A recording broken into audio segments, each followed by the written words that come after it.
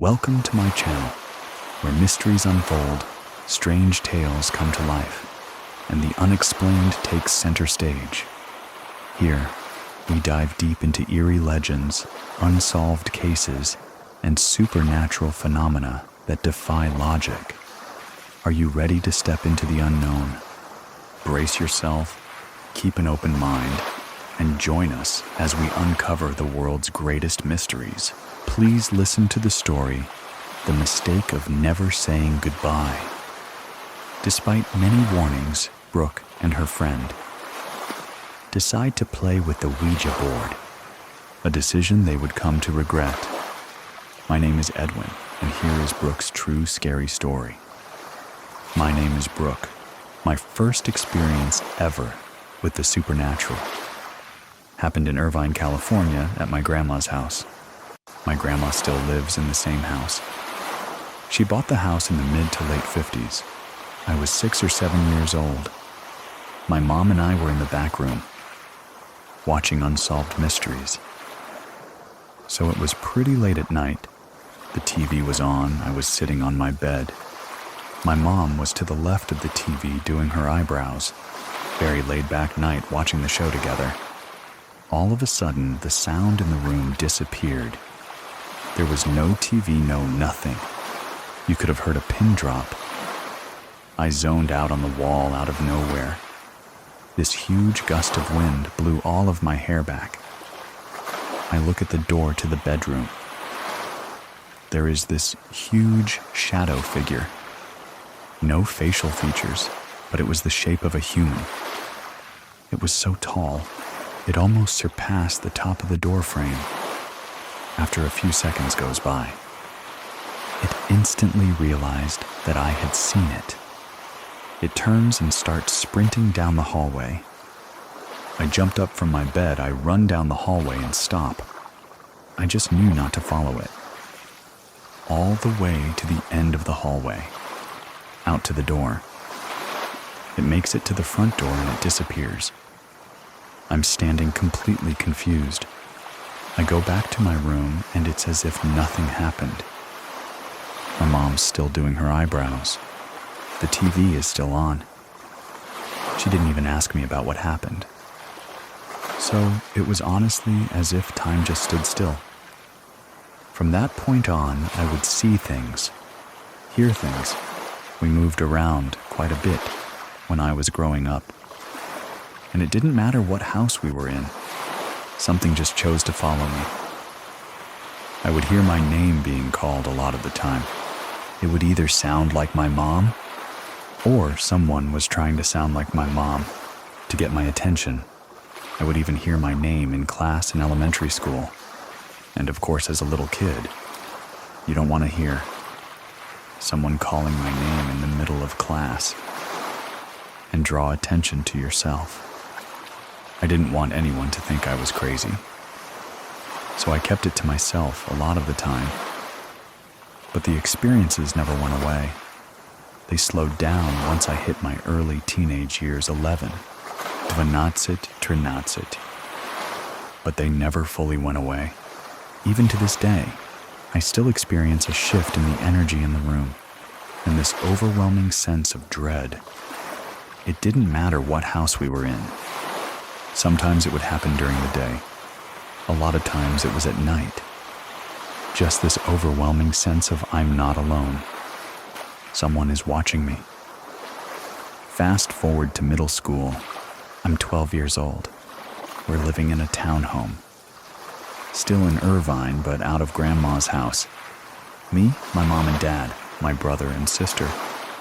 My parents decide that it's not working, and they tell us that they're getting a divorce. Dad moves out. He has his own place. That doesn't last long, and he ends up back at my grandma's. And he meets my stepmom. They get married. They have my youngest sister. And we move into a house in Northwood, not far from my grandma's house. At all this house. The first time that we did a walkthrough of that house, it didn't feel right to me. Downstairs, no problem. As soon as I went upstairs were my soon-to-be bedroom, my siblings' bedroom. and my dad and stepmom's bedroom was. I just had a feeling of I don't want to be here. This doesn't feel right. I ignored it. We move in. We're going back and forth, spending about half the week with my mom, half the week with my dad and stepmom. Nothing happened at first. It was a lot of feeling again. Dread every time I had to go up into their room, or even just walk past their room. I absolutely hated that feeling. I would ask someone to go up and close their bedroom door. I would avoid even looking down the hallway. If their door was open, it never gave me a good feeling. This was going on for a handful of months, and I felt very fortunate that we moved into the same neighborhood that my best friend at the time was living in.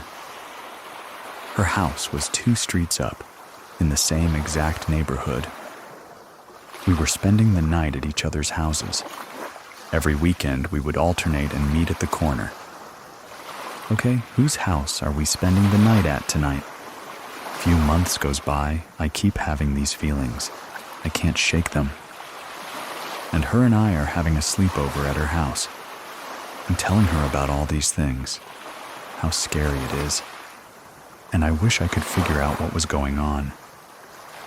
She laughs and she goes, "Hold on. I have something I want to show you." She goes to her bedroom closet, and she pulls out a Ouija board. I grew up in a very traditional Mexican household. Most of my family are believers. You don't mess with the supernatural, and you absolutely do not mess with Ouija boards, no matter what anyone tells you. It's not worth it. I always knew it was something you avoid, but we were teenagers. A few weeks later, it was my turn to host. Having her over, she brought the Ouija board with her. The light that I would use in my room had a dimmer setting. You could dim it almost all the way down to where it was almost like a very mild candlelight feel. We waited for everybody to go to bed and, of course, picked the absolute worst time. The witching hour, as they call it, to bust out this Ouija board. Her and I are sitting right across from each other. Our knees are almost touching. There's obviously space on either side of us. It's just her, and we have my light all the way on. We're sitting there, she takes it out, explains to me how it works. We both place our hands on the Ouija board. She's like, "Okay, what do you want to ask it first? Do you have an idea of what could be in the house? Is it an adult? Is it a child? I don't know. Let's just ask it if there's a ghost in our house." She says, "Okay." We put our hands on the Ouija board. She asks the question. The little piece starts moving. So of course I'm like, "Okay, you're moving it. This isn't really happening." She starts freaking out, and she's like, "No, I'm not moving it, I promise you. It keeps moving all the way to yes." I start panicking. I ask her to stop, and we sit there for a second. Clearly, there's something here. I'm not going crazy. What do I ask it now? She thinks about it for a second, and she goes, "Why don't you ask its name?" We put our hands back on. She asks the question. It slowly moves to GE as it's getting closer to the letter O. My lights dim by themselves. I start accusing her of moving it again, and she's like, "No, I promise you I'm not moving it." The lights dimmed on their own. It spells out Geo. George, maybe. We're trying to figure out what this name could be. Going back and forth, we're both a little scared. We put our hands back on the Ouija board. She asks the last question, halfway through it moving. The lights dim again. I feel this overwhelming sense of dread. That same feeling. Every time I walk past my dad and stepmom's room, before I can even say anything to her, there's this sensation between where her and I are sitting. We are not sitting alone. I could very vividly feel the pressure of someone's leg. Against mine, I get up. I run and turn the light all the way back on. She's full panic, eyes wide. Did you feel that I said yeah? What the heck was that? We are completely freaking out. Don't want to wake anybody up. The lights are on. She puts everything away. Went to sleep. Looking back, I realize now, the biggest mistake that we could have ever made is not saying goodbye. We go to sleep, I honestly forget about it. We giggle about it in the morning over breakfast. She goes home, we're back at school Monday. Nothing really happens. Halfway into that week, I get a call from her around dinner time. She's at her mom's. She sounds freaked out on the phone. She's like, "Hey, have you been feeling anything since our last sleepover? When we used the Ouija board, ever since we used that thing the last couple nights, I can't sleep. Every time I close my eyes, there's somebody in my room." Fast forward to a few nights later. I go upstairs, I get ready for bed, shut all my lights off, get into my bed, pull the covers up, close my eyes, and I start to settle in. Within 5 minutes, there's this ringing in my ears. Wasn't super high-pitched, but enough to make me uncomfortable. I sit up, get a little nervous, and I'm like, "Okay, you're making it up. Just close your eyes and go back to sleep." I lay down, I get comfortable again. This time, the ringing is louder. Now I feel this pressure on my chest. I tell myself, "Don't open your eyes." I could feel someone staring at me almost nose to nose. If I open my eyes, it would be right there. The pressure in my chest is getting heavier. I get the courage to sit up and open my eyes. There's nothing there. I had to sleep with my light on that night. And of course, my dad gets up in the middle of the night. And he shuts it off for at least 6 months. Any time that I had to go to my dad's and stay there, that would happen every single night. Unless I kept my light on. I kept getting in trouble for falling asleep with the light on as soon as the lights would go off. This thing would be right in my face. When I was trying to sleep, I couldn't even use the dimmer anymore. They would shut themselves off. This started happening a lot.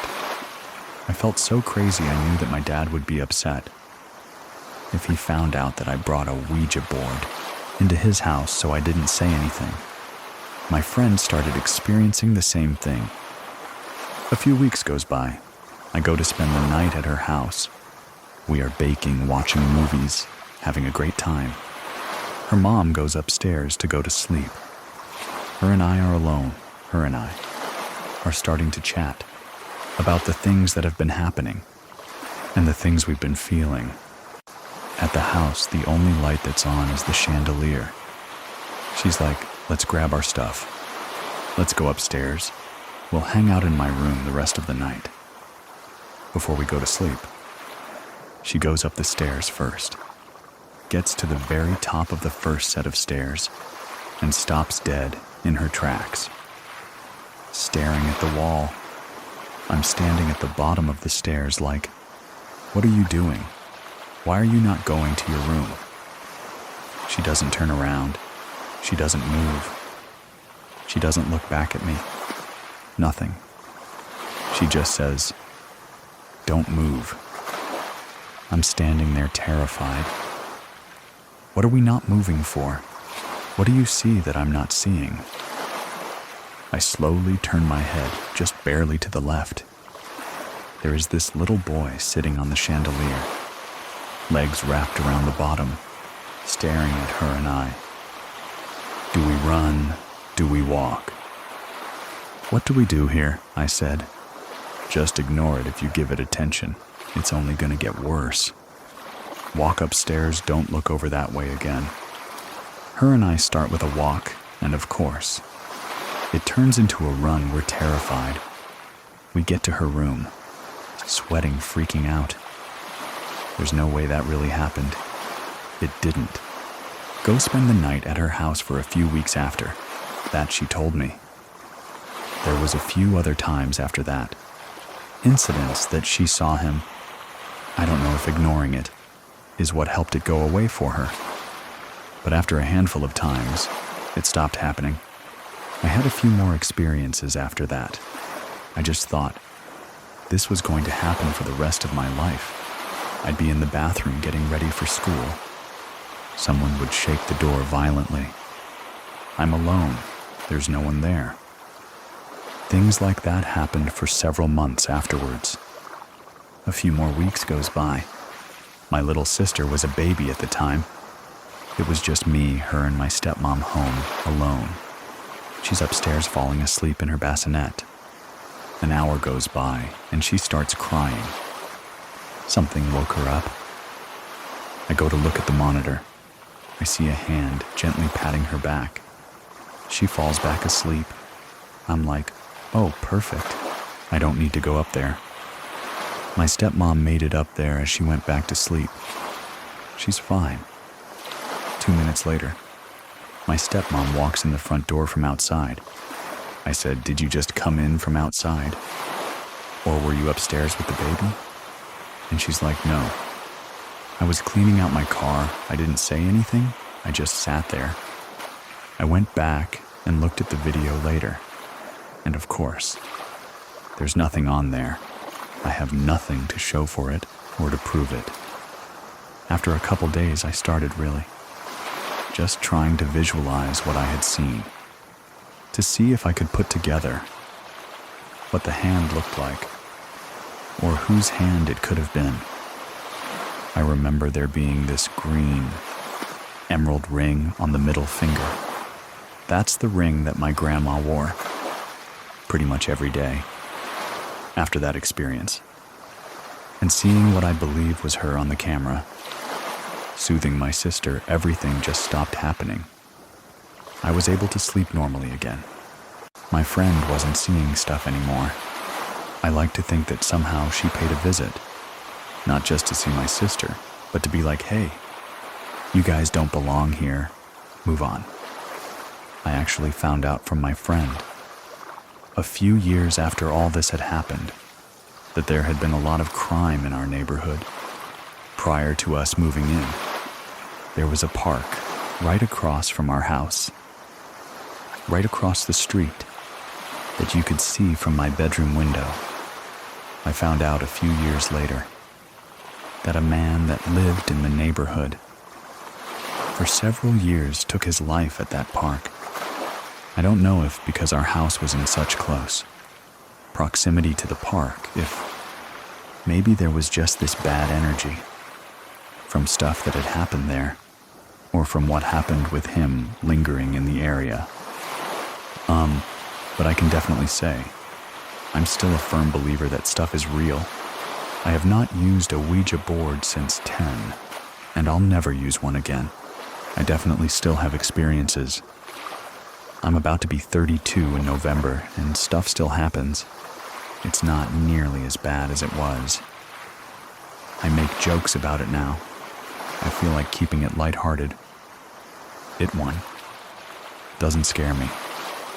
But it also doesn't welcome in the darker, maybe more sinister spirits that could potentially make themselves known. The most recent experience I had was actually about a week ago. My grandfather unfortunately passed away early May. It was very unexpected. I took the loss really hard. I get married in a couple of weeks, and he was so unbelievably excited for the wedding. I was given some of his things. I just feel badly. Wanted something of his to keep around. I have a picture of him from barber school. He was a very proud barber for over 60 years, on the same shelf as his photo. I have a pair of beads of his that he wore all of the time. He loved to wear necklaces, and I have his hair cutting scissors. A week ago, I was getting ready for work, and out of nowhere, the light started making this weird buzzing noise. and was dimming itself almost in frequency. There was no music on, no TV on. And I giggled and I was like, "Oh, Grandpa, you came to visit? I've been waiting for you." As soon as I said that, the lights shut themselves off and back on. They started making that sound again, and dimming in frequency. The more that I talked to him, the more the lights started doing that. They would get really bright and then really dim again. It was him paying a visit. I still talk to him every now and again, and the lights will do their thing. I'm sure a lot of that is just having his stuff in our apartment, but I definitely still have experiences to this day. I'm just grateful that they're a little bit nicer now than they used to be. If you have a true scary story that happened to you, and you want to share it with the rest of us, go to truescarystory.com and fill out the form. You can always reach out to me in case you have any questions. Anyway, if you like the show, drop some stars for us in the ratings and reviews. I'll be back next week with another story. Thank you very much for listening. Keep it scary, everyone. See you soon. See you soon. Please listen to the story Chased by Spirits, my family's paranormal encounter. I grew up in this really tiny town called Cleveland, Utah. The house was known as the very first post office in this really small town when Utah was founded. It was so old that when we did some renovations on the house, we would cut into it and see that it was logs on the inside. That's how old it was. It was an old log post office. My mom and dad decided to create a bedroom in the attic space upstairs. They cut a hole in the ceiling and built these really rickety, steep kind of stairs that went up into this little attic space. The top right corner of the room would be where the stairs would come up, right at the top of those stairs. In the bottom right corner was my bed, up against the wall, right in that corner, right there across the room. In the bottom left corner would be my sister's bed, and then in the top left corner was my brother's bed. I used to see this really dark shadow every night. I would wake up in the middle of the night. Somebody was in the room with me, watching me. I would open my eyes, and there would be this dark shadow standing over by my brother's bed. Staring down at him, it was the shape of a man, but it was just a really dark shadow that would stand there. It would move from my brother's bed, and it would just float across the room, standing over the top of my sister's bed, watching her.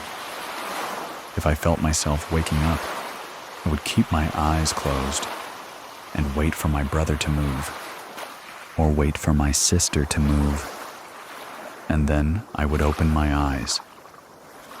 Then he would be standing right by me, staring down at me, watching me sleep.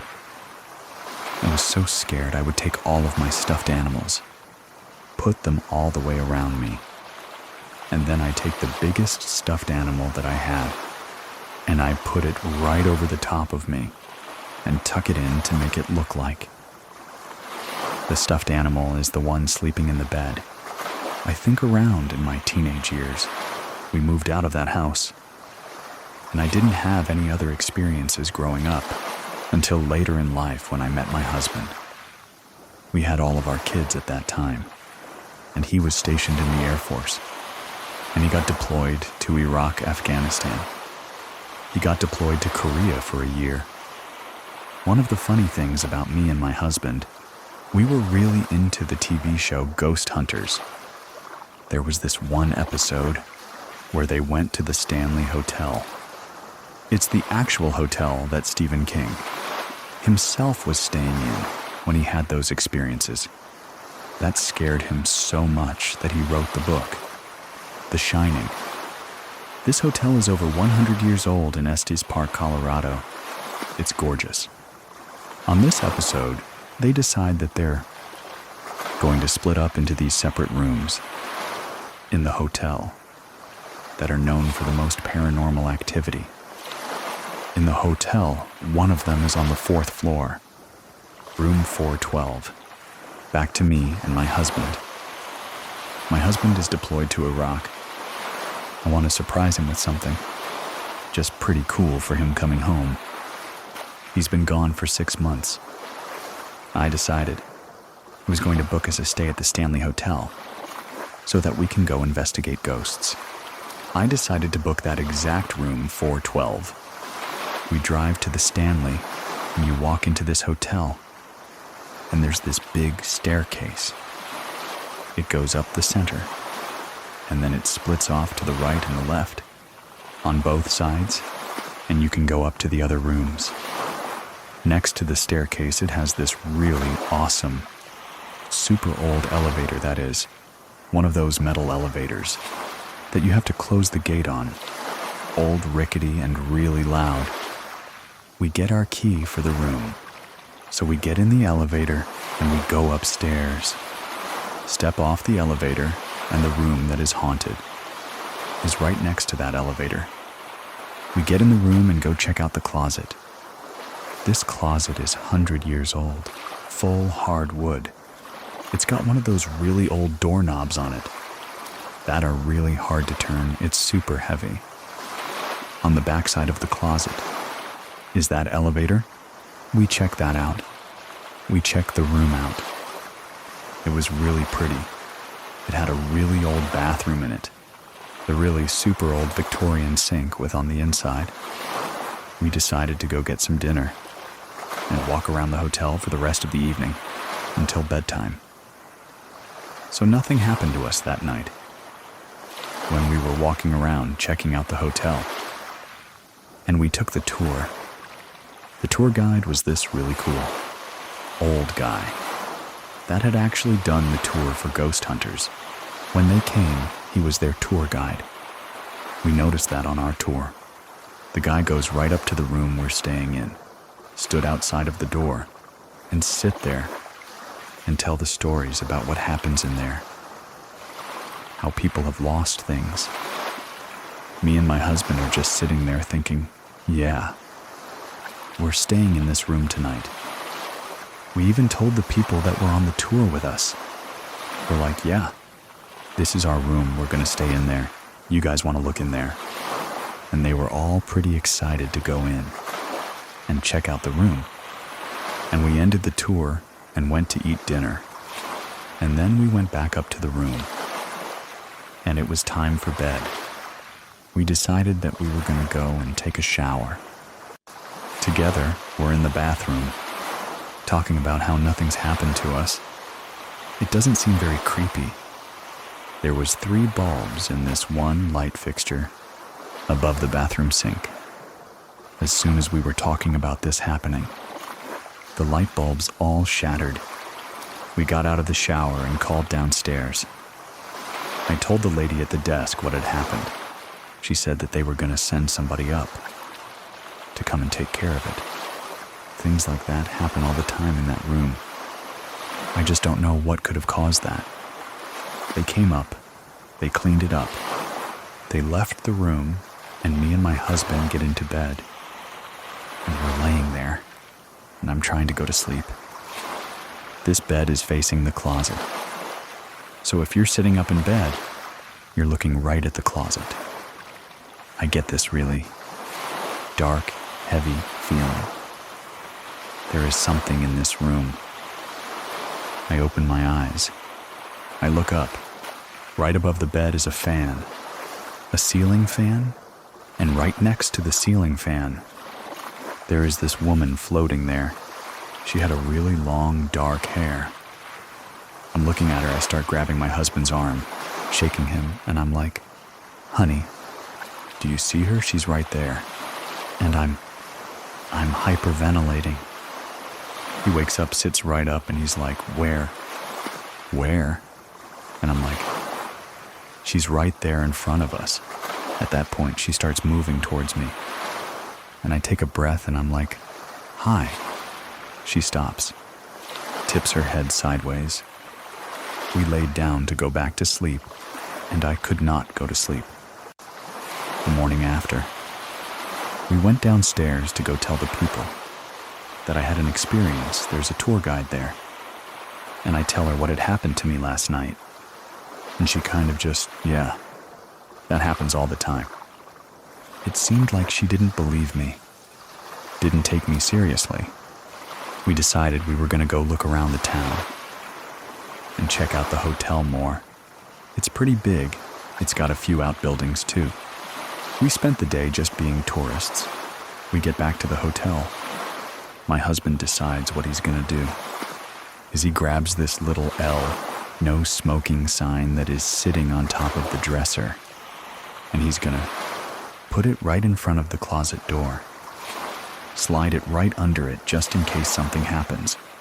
We go to sleep, and nothing else happens that night. The next morning, the closet door is closed, but the little LS sign was out in the middle of the floor. I'm feeling really uneasy about staying in this hotel and room because we had one more night there. I call my mom. I'm bawling. I don't want to stay here. And my husband's being a sweetheart, sitting there telling me it's going to be okay.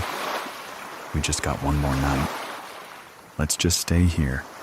And I said, okay, we'll just stay because it was paid for that night. Actually, nothing happened to us. We just woke up and left to go back home. I would absolutely stay at the Stanley Hotel again. The hotel was beautiful. The food was amazing. From their little old-fashioned restaurant. And the rooms were really comfortable. Really scary, but really comfortable. I would not stay on the 4th floor again. Not at all, not in any of the rooms on the 4th floor.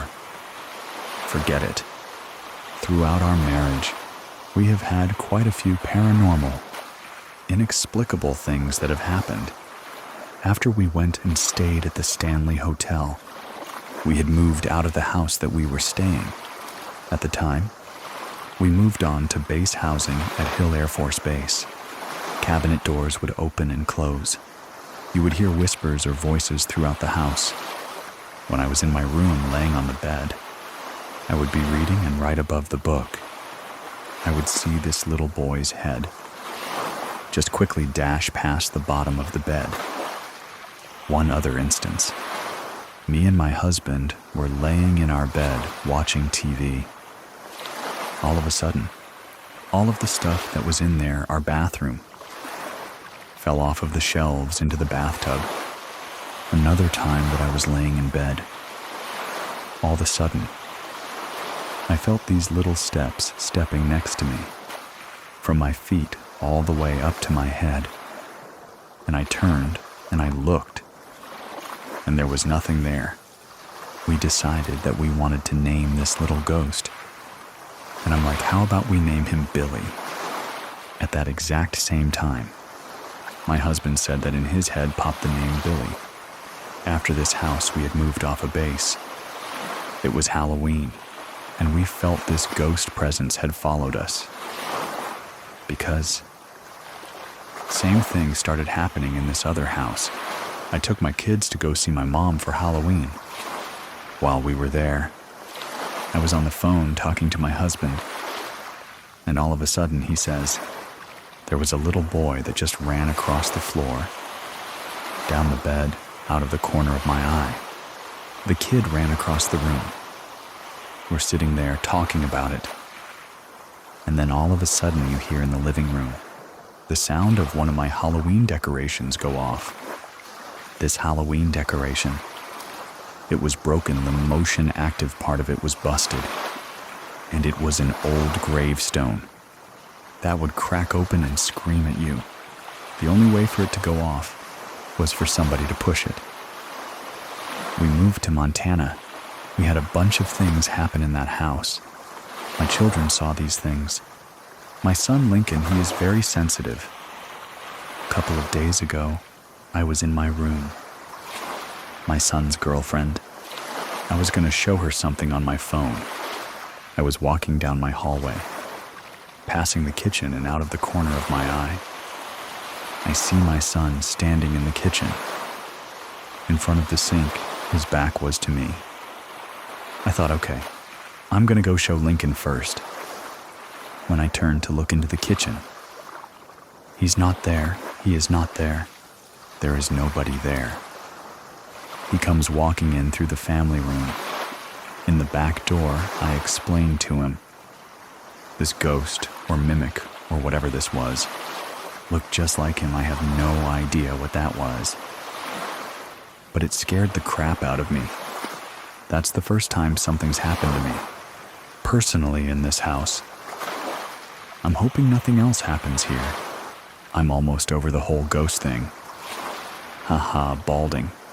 We have had other situations where we would be sitting out on the porch. We live up in Willow, Alaska. It's a really tiny town in the middle of the forest. We have neighbors that aren't very close to us. We would be sitting out on the porch, and you would hear strange howls, moans, and growls over in that forest. Over there, across the lake, we're avid hunters.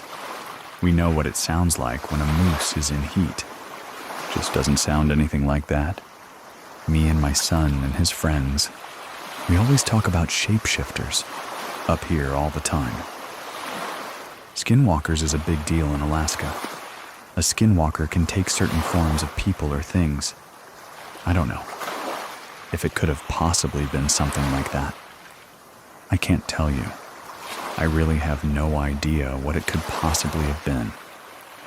I don't know if it's the places that we've lived in, or if it's because my side of the family, is so sensitive to ghosts, or if it's Lincoln himself. If he attracts these things coming to us everywhere that we've been, in all of the houses that we've lived in. I haven't really been very scared, even though we've had these experiences happen to us. Every time I'm thinking that we're in a new place, it's gonna be great. There's nothing gonna happen.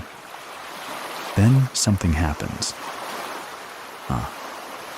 You can share your story with us over at True Scary Story.com and to listen without ads and support the show at the same time. Visit scaryplus.com. If you're following the show, I'll talk to you next week. Thank you very much for listening. Keep it scary, everyone. See you soon. Everyone, see you soon.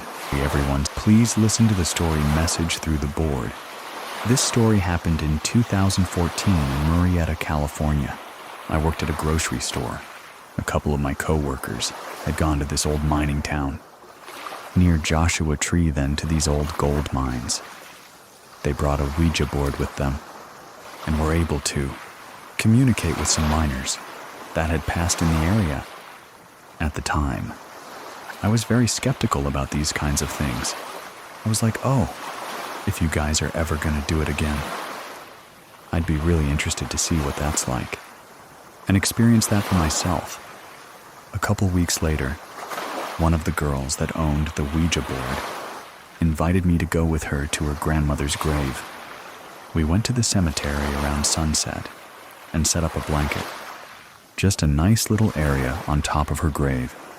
The girl that's grandmother's grave we were at, LED the whole thing. Me and one other girl were there as well. There were 3 of us total. We are sitting there. We all 3 had our fingers on the planchette. I had mine barely touching it, hovering it, 'cause I'm skeptical. We sign on the Ouija board. We go to say hello. That's what she told us we're supposed to do. You sign on. We go to say hello. She starts asking questions. Is there anyone here with us? We didn't really get any responses. The planche kept moving from T and to U. T to U. It kept going back and forth very slowly. That was the only response we got the whole time. We sat there for 30 minutes, maybe an hour, just seeing if anything else would happen. Nothing else happened, so we gathered up our gear. They had the idea to go to this, what is referred to as the Haunted Mill. That's in Marietta. It's a spooky place that teenagers go at night, just to get spooked out. I had been a couple times to drive by, but they were like, "Let's go do the Ouija board over there." They thought we'd get some sort of response. We go over to the mill. It's pitch black out. The mill had been vandalized and broken into a lot over the years. There was a chain link fence and barbed wire on the top. We didn't bother going inside of it, but we thought just merely being in its vicinity was enough. We set up the Ouija board and a little blanket across the street. There was a dirt field across the street. It was just us, dirt field and the mill. All three of us had her finger on the plancher. We sign on to say hello.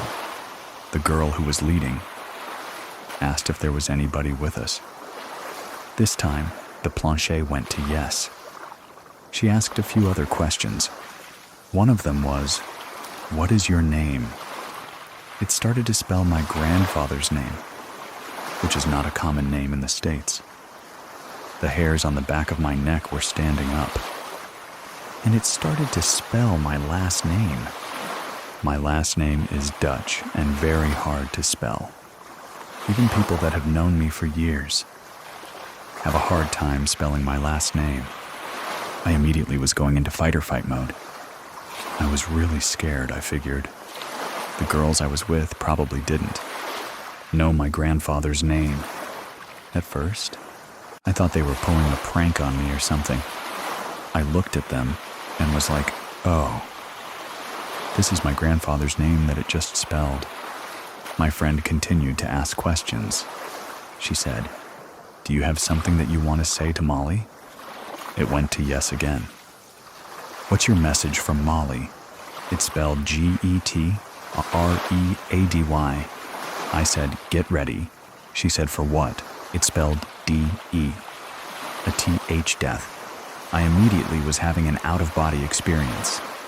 We signed off. My two friends were very scared. They grabbed their stuff, ran off to their car. I had been sitting crisscross, applesauce the whole time. I went to stand up. My legs were numb. I fell into this ditch that was there.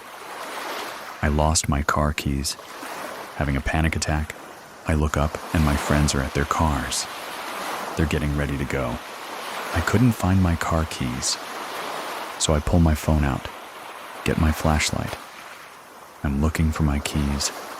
I finally find them. I run into my car and drive off and don't look back.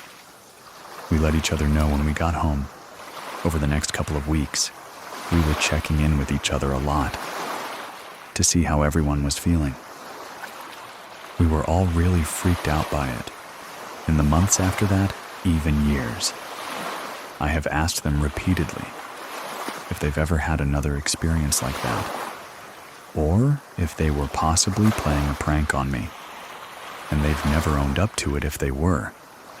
But that's something that has scared me. It's been almost 10 years. It's still something that I think about.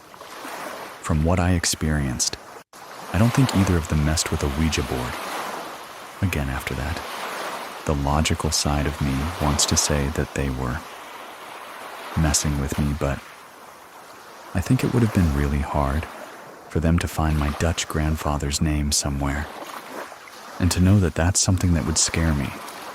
I went in with the title of a skeptic, and I feel like maybe I was targeted because of that. I would say, know what you're getting yourself into. Listen to stories like these before you do something like that. I haven't been to that specific area because I don't live there any longer, but I in general like abandoned places, spooky places.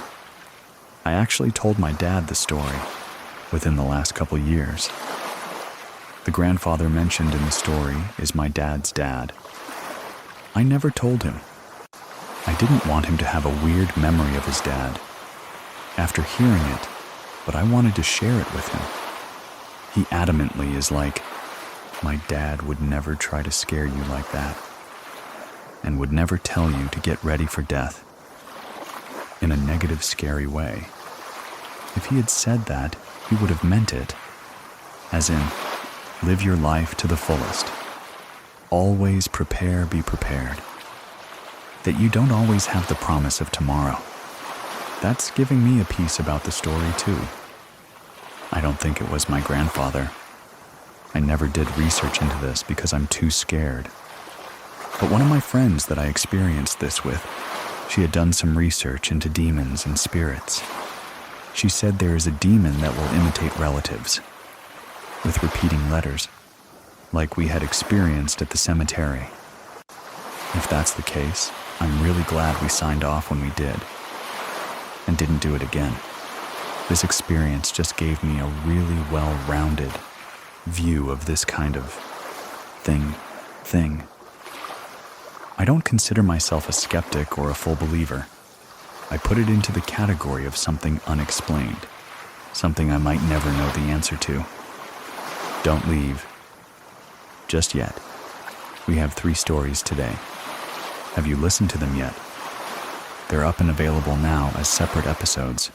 You can share your own story with me over on scarystory.com for a chance to have it featured on an upcoming episode, and to listen ad-free. Try out Scary Plus over on scaryplus.com. Completely free for 14 days. You can also find the button somewhere on your app. Right now. Thank you very much for listening.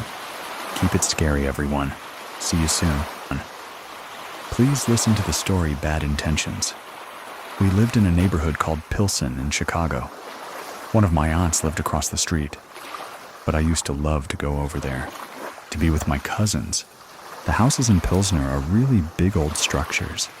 It was an old, predominantly immigrant neighborhood, but the houses are Victorian style. They have a big living room, big dining rooms, small bedrooms, big kitchens, a lot of hidden closets, and little places where you can hide. Play hide and go seek. They had little crawl spaces in some of the closets. Those were our favorite places to play. In my cousin's house, there was a closet that had little stairs. Inside the little stairs was another little crawl space. We used to go in there and talk about the things that kids talk about, but you can hear things that were going on in the other rooms. One time, me and my cousins were playing in there, and we heard my aunts did not like him. They called him a bruto, a bad man, or a witch. My aunt had been married and loved her husband. To go with this uncle, they all said that he had practiced witchcraft on her, to get her to go with him. That was unheard of at that time for someone to leave their first husband and to go with someone else. And he was much, much older than my aunt. Much older. Most of my aunts were afraid of him. My uncle, he was calling out to things. He was saying bad words, calling for revenge, and we got scared. My cousins were telling me he sometimes does that when he gets angry at people. We're not supposed to go into his room or talk to him. We heard him stop and walk out of the room. I went into his room, into his closet. We found a little box, a little black box. Inside of it were little bottles of oils. Haircrossed is. He caught us looking in there. He yelled at his kids. "What are you doing in here? And you're never supposed to come in here." I got really scared and he told me to go home. I went home. I was really scared. My mom asked me what happened. What did you do over there?" 'Cause my aunt called her and said that I had been misbehaving and not to come back. My mom really reprimanded me very much. I was very sorry. She told me to apologize to my aunt and uncle, which I did. I couldn't get out of my mind the stuff that happened with the closet and the things that I found. I was sitting with my dad in the kitchen. I used to wait for my dad to get home to eat with him. My dad was a very religious man. He was always in the church. He was a deacon. Every time I had a problem at school or anything, I would always see him reading his Bible. He would always say, "There's a story in the Bible about that. About bullying if I had a problem with my brother." He would say, the story of Joseph. He had problems with his brother.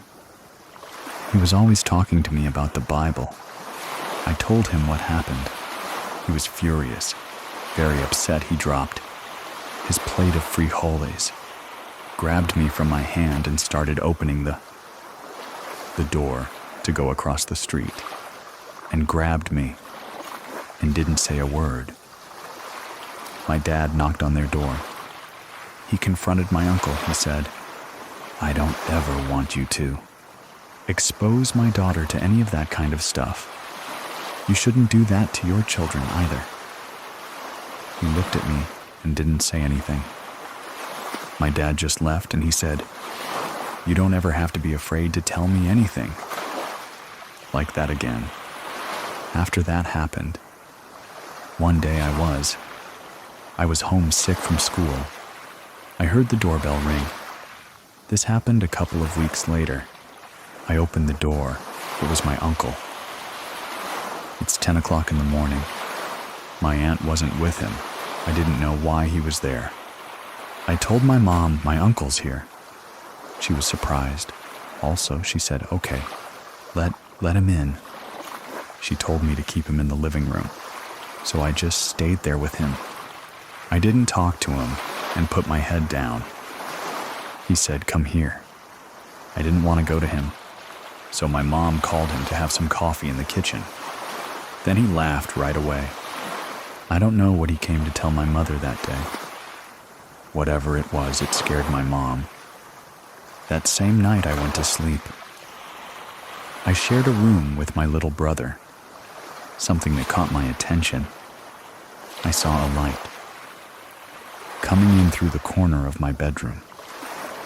As I looked up, I saw a man.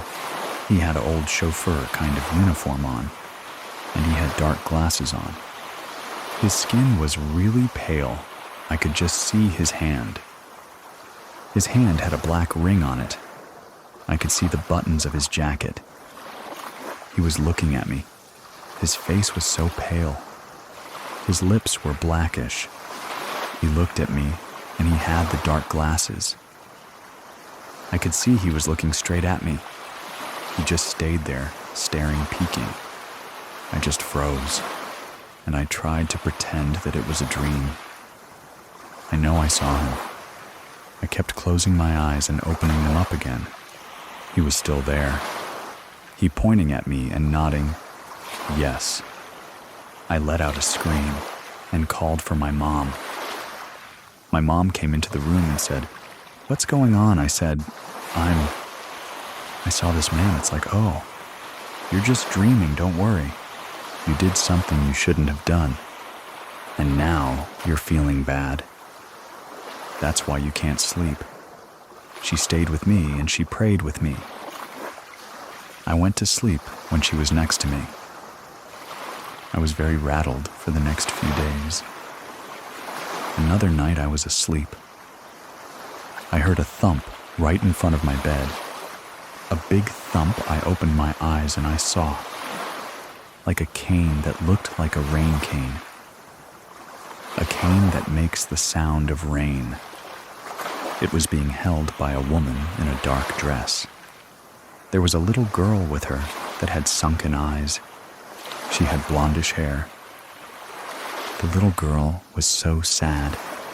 She was being held by the wrist by this woman. The other hand she had on that cane. She looked at me, and she thumped again real hard on the floor. I knew she wanted me to get up. She was staring down at me. I didn't know what to do. I was frozen. She thumped again. I knew that I had to get up. I sat up in my bed, and she moved out of my way, towards the door to go out into the dining room. As I looked at her, she looked back at me like, "Are you coming?" I got up. I started to follow them into the living room. I don't know why I started to follow them. I knew I had to. I knew I did. I walked into the parlor. What? What looked like a parlor. The whole living room was different. We had a fireplace. A real fireplace in the home. My mom always put a chair there because the cold air would come into the house from the chimney. The chair wasn't there. There was a fire actually going in the fireplace. There were all these people sitting in the living room, looking at me. There was that man. He was dressed in that same chauffeur outfit, with his cap on the dark glasses. He started walking towards me. I saw the room. I was just amazed at the room. The furniture was different. The curtains, everything was different, except that there was a picture of my mom and dad. I looked at it. It was my mom and dad's wedding picture. It's a black and white picture. And as I looked at it, it crashed down on the floor. Everything stopped. And I was standing in that dark living room. I was weeping and wailing. This time my dad came into I was like, what is going on? What are you doing? I said, Dad. And I explained to him what had just happened. He just told me that everything was going to be okay. Nothing was going to happen. He believed me. Then my mom came and said, I think she's just making things up. My dad said, no, I do believe. My daughter, leave her alone. I was crying. I went back into the room. I couldn't get that out of my mind. Margarita's story continues right after this. Stay with us. Through the weeks, the teachers started to send notes home to my parents, saying what was wrong with me. My grades were dropping. There was a lot of arguing in the house. My mom and dad were fighting all the time. One of the arguments started to stem up because my uncle would no longer let my aunt come to visit. Our house and I was not allowed to go over there. I told one of my aunts what was going on, and she came and talked to me, and she said, I know what's going on. I know he's a brujo. What you have is something called sosto. He scared you. He scared you. And you can't be afraid of those things. You can't give that power. You have to trust that all is going to be okay. There is always a power bigger than anything bad. For everything that is bad. If you believe in bad, you have to believe in good. She told me the next time that woman came, or anybody came into my room, to tell them to go away, that you are not going with them, that you are protected. Do not allow them to take you anywhere. The next time it happened. A few days later, I saw the man again. This time, he put his hand out like, you're coming with me. I said, no, I'm not going with you. I started to yell loud. And no, I'm not going. I thought I was talking. But I wasn't. I couldn't talk. But in my mind, I was saying, I'm not going with you. I'm not going. I was terrified of him. He started to walk towards me. At that time, my brother started to rumble in his sleep. I moved from my bed to his side of the bed. I lied down next to my brother and started to hug my brother. I closed my eyes. I said, I'm not going. I'm not going. I started hearing the thumping from the woman. I couldn't look. I kept saying, I'm not going. It seemed endless, but it finally stopped. It stopped, I felt like. There was clean air. I felt it leave. I felt the chills, the darkness, the dampy smell, because it came with a musty kind of smell, like wet dirt, but with garbage. It's a smell you can't ever forget, the musky, dirty smell of earth. And it was gone. I didn't smell it anymore. Weeks later, the arguing between my parents settled down. Things started going back to normal in our house. They would greet each other. They would start laughing together. We started being our regular family again. It was at that time that my uncle and aunt decided to move back to Puerto Rico. They decided they were going to pick up and take the kids back to Puerto Rico. But before that happened, my aunt got very sick. She had to be put in a home. She had a series of strokes. And my uncle left her to live in Puerto Rico. After that, we heard stories about him joining some kind of church and getting arrested for hurting children. Eventually, my aunt and him divorced. We heard nothing from him again. My other cousins had run-ins with him. He died a terrible death as well. He caught, gangrene. He died in prison for whatever it was that he did in Puerto Rico. I can't really say, I just know that was something against a child in a church. He was accused and found guilty. In Puerto Rico, he was a chauffeur, but I think it was in another aspect of him, because he was a chauffeur in Puerto Rico. He used to drive a taxi or drive people. I do know that. He used to work for a rich family in Puerto Rico. Driving them around, I found that out much later. But that would make sense why I saw him like that. None of them want to see him at the end. They're all good people to this day. I adore my cousins. They grew up to be wonderful, wonderful people. They remembered their father with love. But not many of our other relatives agree with that. My aunt tells me how brave I was to be able to confront him. And that's a lesson I've learned. I have to always face my fears with courage. Years later, I would talk to my brother about this. I was telling him, I used to be really scared in that house.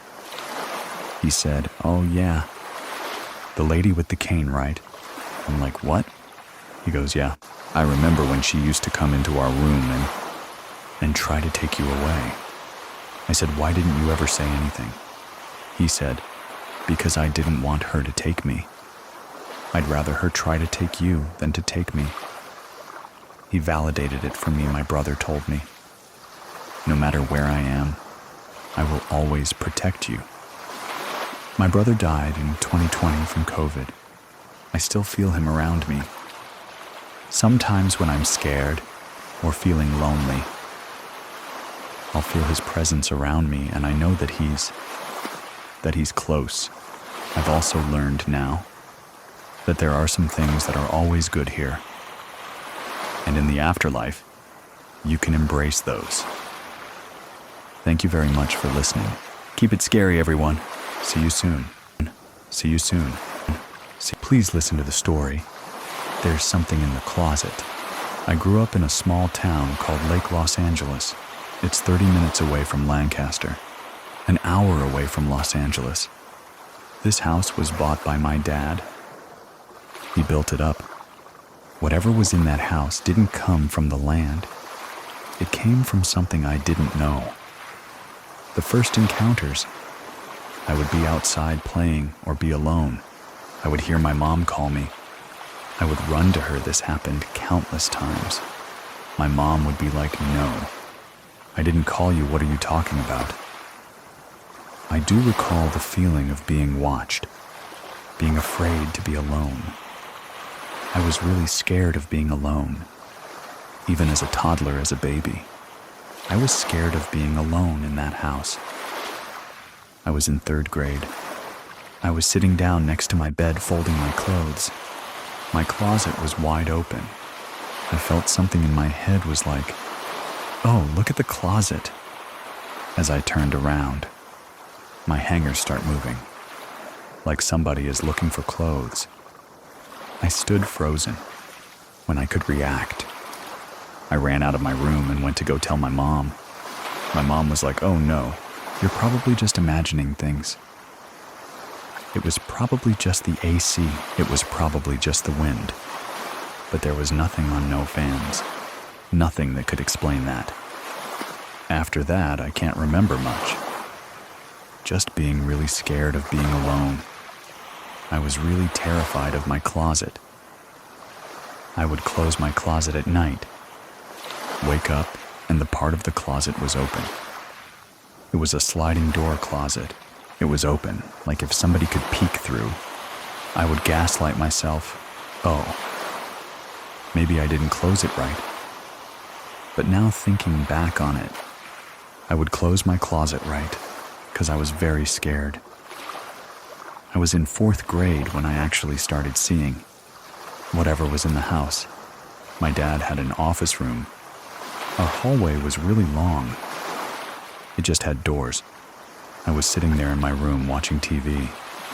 My dad was in his office earlier. I never saw him leave. But all of a sudden, I did see him walk by.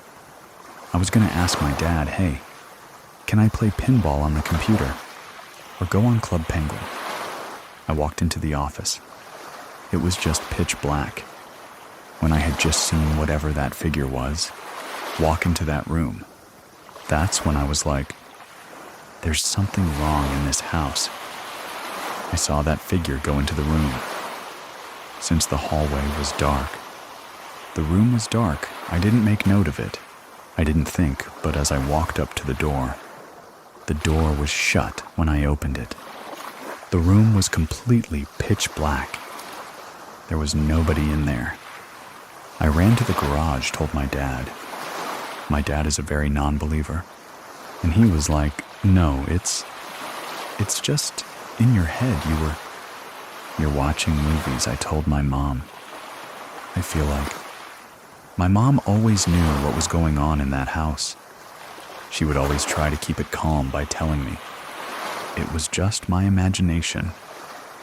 I continued to see shadows out of the corners of my eyes or the closet. I would hear noises in the closet, rustling, things like that. We left to Mexico for vacation, and we came back. I overheard this conversation. My uncle was telling my mom that in my room in the closet he heard voices. He heard rustling. He felt something. A very negative presence watching him. My mom was like, oh, it's just our sister because her sister had passed away. My uncle was like, no, that is not a presence of our family. That is the presence of something bad. My mom chose to blow it off. Later on, I think I was in 6th grade. I don't remember a lot of stuff. Maybe I blocked it out because I was so scared. I used to love watching a haunting. I was sitting there watching with my dog. I started hearing my dog. She was growling at the hallway. I was like, what's wrong? She stopped. I continued to watch TV. Then she starts barking like crazy. I looked up and I saw this tall, dark figure walk from that office room to my parents' room. My dog was going crazy, barking, barking, barking. I grabbed her and I went outside and I was like, hey, this is what I saw. They always wanted to tell me that's not what you saw, that it was just in my head or in my imagination. I know it was it. After that, things started to pick up a lot. I started feeling things touch me and whisper right next to me. There was this one instance. My sister had come over. She was healing the relationship with our family. I was babysitting her son. He was toddler age 2 or 3. She left him in his playpen. They had all left to Walmart. I was left alone. I was in my bedroom cleaning, getting ready for school the next day. 'Cause it's Sunday, I felt like when somebody walks behind you. But somebody small. I thought it was my nephew. I was like, oh. He climbed out of his playpen's gonna go play. Next to my closet where I have all the toys, I start hearing rustling where my backpack was. Where all the toys were, I was like, hey baby, stop doing that. It just continued. out of the corner of my eye. I saw his figure, a small little figure there. I was like, hey, you need to stop. Don't rip my stuff. I walked from my bed to where the closet is. There was nothing. I immediately ran out and went to go see where he was. He was sleeping in his playpen. I picked him up and ran outside and called my sister. Hey, you need to get home right now. I don't remember being this hysterical, but my sister said I was crying, screaming, telling her to come home. She came home as fast as she could and calmed me down. She didn't gaslight me. She knew what was going on in the house. She knew what was happening. Time goes by, we're moving out of this house. It was during recession, we were going to Mexico. I was packing my stuff. The same way my closet was open in the 3rd grade. The same everything I was doing, the same. I looked up again. My hangers were just moving. I was so mad at the circumstances of moving to a new country. I told that you need to stop. You need to leave me alone. I was so mad it just stopped. Those moving hangers just stopped. Completely stopped. It was shaking, and it stopped. Right before moving out, my mom was sitting down on the couch. We were watching novellas. I got upset at her. I left to my room and locked the door. I was sitting there writing in my diary. All of a sudden, I just feel my room shake like an earthquake. We used to have this religious figure. It was L.A. Virgin Maria. She's holding baby Jesus. And they're started rocking back and forth as soon as everything stops. I get up, run to my mom, and I'm like, hey, Mom. There was an earthquake. There was an earthquake. My mom just looks at me. She's like, what are you talking about? Are you okay? What's going on? I explained to her. She just was like, okay, we'll pray together. That's when my mom started really realizing that I wasn't lying. She knew the whole time. Fast forward to us being adults, living in a new house. We were all sitting down. I started telling my mom, remember when you would gaslight me so much? About this house, my sister starts laughing. They start laughing. They're like, we all experienced stuff in that house. They just wanted to protect me. Have me not be afraid. My sisters. They decided to play summoning games, mirror games, Ouija board in that room. The closet used to have mirror doors. After the seminary games, she dreamt about a demon, a presence trying to suck her into the mirror. She woke up with scratches on her cheeks. I think when my sisters played those summoning games, those mirror games, that Ouija board, they let something out. It wasn't good. I don't know if it was a demon, but it liked to mess with me. I liked to cause fear to make itself known. It was really scary. My mom, she tells me that in that room, she was never able to sleep. She felt like something was there. A negative, nasty presence watching her. My sister, when she would come over, she wouldn't sleep in there either. Everybody who stayed at that house, that was family. Not family. They always said the same thing. They heard ruffling in the closet or a voice, a really strong, negative energy watching upon them while they sleep. Whatever it was, it's still in that house right now. That house, it's alone. Nobody lives in there. There's abandoned cars there. Somebody owns it, but I don't think anybody stays or resides there anymore. I've never been back to that house. I did go back to my friend's house. He lives next door. We were waiting. I forgot before my friend was like, let's play Ouija board, come on. It'll be fun. I said, okay. That's fine. We started to play. It's going smoothly. We look up protection. We do it in a safe way, but all of a sudden, the mood changes when my friend asks it the question. Hey, do you know us? It says yes. We ask it, how long have you known us? It doesn't reply. We asked, have you known us since we were kids? Yes. I've started to feel exactly how I felt in that house. That same presence that I always felt. I don't know what it was, just a negative, dark presence. I told my friend, we need to stop. We need to stop playing this. Whatever was in that house is channeling through your house. We need to stop. When we stopped, we closed everything, said goodbye, but I still felt very uneasy, like I was being watched, the same way I hadn't felt in a long time. My friend was like, oh, you're fine, you're fine. I went home that day. I still felt the same way. Lights would flicker. I don't know if it was a coincidence. I started waking up at odd times. 3 in the morning, 2:30 in the morning. I started feeling scared. My friend was like, you should go to somebody who does a cleansing.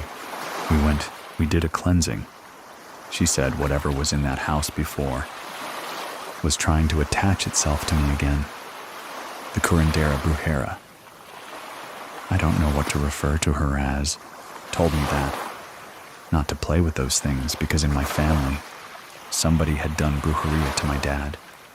Whatever was out to hurt my dad was out to hurt us. I didn't know this, my mom. She did confirm that. My grandma and my aunt would do brujeria. They would do things like that. That's what the lady ended up advising me. That's why I feel like I believe a lot in that now. So later on, my mom met the lady that rented the home. She asked my mom, was there anything? Did anybody pass away in this house? My daughters are experiencing things that we can't explain. My mom said, I would just pray and be strong with your faith. In your religion, they can't hurt you. My mom didn't tell her what happened. It is not to scare her. She had just rented out the house. She was a single mom. She was happy. I still experience paranormal things. We moved into a different house. And this one wasn't as scary. It was comforting. We moved into a house and my dad works with word a lot. He was making my mom's friends a box for her ashes. Her ashes were in our house. I remember this night. They had took my door away because I was being a bad kid. I was falling asleep. My dog was barking at the hallway. I pushed him so he would stop. I woke up, he's still doing it. I decided to cover him with the blanket. As I'm falling asleep, I felt something. Like when your mom used to wake you up to go to school. If she would touch your face to wake you up. That's what it felt like somebody was doing to me. I brushed it off. I thought it was my dog. Then I felt it again. I opened my eyes. There was nothing in the room. My dog was just sitting there frozen. I think he was scared. He was silent. I was like looking everywhere. There was nothing in the room. We say it's that person, my mom's friend, because I used to call her grandma. I feel like in a way I was her coming to say bye. She never got to say bye to me. But that's a different experience. Not as scary as the ones in that house, where I felt things touching me or watching me. It's really scary to think there's things out there that like to cause fear, that want to hurt you, especially when you're a child. Anyway, thank you very much for listening. Keep it scary, everyone. See you soon. See you soon. Please listen to the story, The Girl with Black Hair. My story begins after my parents' divorce. They wanted to co-parent and live in the same house. they decided to move to a new city in Valencia, Venezuela around 2006. 2007, we finally settled in this house. That was really close to my new school. This house was inside a gated neighborhood. Our house was the last one on the street and had a koi pond, a huge tree in the entrance that made the house look more shaded. It was a big, one-story house with 5 bedrooms and 4 bathrooms. Right when we came inside, the house gave me a really weird, creepy vibe. My room was next to my dad's bathroom and bedroom. My dad's bathroom had a big, cool shower that had glass doors. There was no roof, only a mesh roof. But a still rainwater and small leaves will get inside. Sometimes I really like taking showers there. I had to get inside my dad's room to use the bathroom, and I always felt like there was a really welcoming, bad vibe in his room. It was always the coldest room in the whole house. I didn't like being in his room because of that. I used to enter and leave in a rush every time I use his bathroom. When we moved, we had some boxes and things in the studio go missing. My mom couldn't find an error again. My mom and my siblings started seeing black shadows.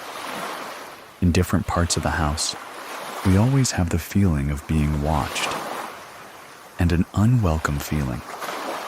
There was this day, I was in the studio using the computer. You could see the studio through a window. In the living room, my brother was in the living room when he saw a man behind me, watching what I was doing. One afternoon, I was in my room, doing my homework and listening to music. Suddenly, I heard someone pounding with their face on my window. Really hard. I was really scared. I was frozen for a moment, until I thought maybe someone was breaking into the house. It had happened before I opened the window, but I didn't see anything. I decided to look in the backyard, since you could see the backyard from my window. I saw a woman running really fast to her right. She had long hair. She was wearing a long dress. She was translucent. There was this time that I was checking myself in the mirror instead of seeing my reflection. I saw someone else. It quickly disappeared. I stay in the house while my mom went out for groceries. I was doing my homework, and suddenly I felt someone watching me. The air felt heavy. I got really scared. But I call my mom when I call her. Someone growled really close to me. I ran and waited outside my house until my mom arrived. Another time I was in my mom's room, when suddenly I had chills on my whole body, and I felt someone scratch my arm. I experienced a lot of sleep paralysis in this house. My sister also had a few experiences in this house. She was in her room with her family dog when he started growling and barking. My sister saw a girl with black hair and white dress walking around and disappeared quickly. During a thunderstorm on this day, my sister was in the bathroom, and when she stepped out, lightning struck nearby. The lights dimmed, and when it came back, she saw the air again. There was a fire that occurred once. For some unknown reason, luckily, a gardener and other neighbors helped, taking the fire down. After all these occurrences, we had a friend whose aunt read tarot cards. I was really skeptical when she read mine. She said there was an evil entity sent from an ex-girlfriend of my dad. She was a Santara. She sent evil spirits to keep us away from my dad because she was jealous of my mom, my sister and I relationship. And there was one spirit that was in love with my dad. They also mentioned that I had a third eye, and I was able to feel more of these paranormal activities. A few months later, we have to move out because our lease had ended. We moved to a new house, which was a relief, but things didn't stop. My mom was in the kitchen. She saw this girl with black hair and white long dress. She thought it was me, and she was asking her to put away the groceries. But she ignored her and then disappeared. I was always a target when I was doing my homework. This time, the girl walked in the hallway in front of my room and quickly disappeared again. It's another time that I was really upset. I was ripping some old pictures, and I was going to harm myself with a small scissor. I went through depression and had a tendency to self-harm. During these years, I had it on my table, the seizure, but suddenly it moved away and it fell on the ground. It was really strange, because I thought, did I move it by accident? But it was not in the edge of the table. I didn't feel anything strange, but I don't know, maybe somebody was trying to protect me, or maybe something was just there, tried to do something and just fell. After these things stopped happening, my dad, he just didn't believe us, and he thinks that we were just crazy. My mom, she really thinks something. What's going on in the house? And she had her experiences. Not as much as me and my sister. We're like the ones that had more things. My family, they all believe that something was going on in that house.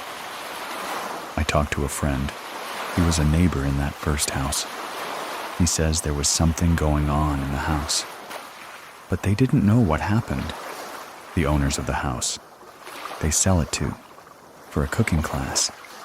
That didn't work after they did a clandestine casino. Now it's a restaurant. Up next, if you want to listen to even more ghost stories, check out our other show hosted by Michelle. The cover looks like a newspaper clipping. Real callers and very creepy. Thank you very much for listening. See you soon. Please listen to the story Chased by Spirits, My Family's Paranormal Encounter. I grew up in this really tiny, tiny town called Cleveland, Utah. The house was known as the very first post office in this really small town when Utah was founded. It was so old that when we did some renovations on the house, we would cut into it and see that it was logs on the inside. That's how old it was. It was an old log post office. My mom and dad decided to create a bedroom in the attic space upstairs. They cut a hole in the ceiling and built these really rickety, steep kind of stairs that went up into this little attic space. The top right corner of the room would be where the stairs would come up, right at the top of those stairs.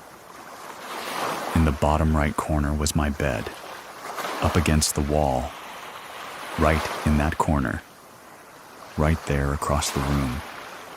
In the bottom left corner would be my sister's bed, and then in the top left corner was my brother's bed.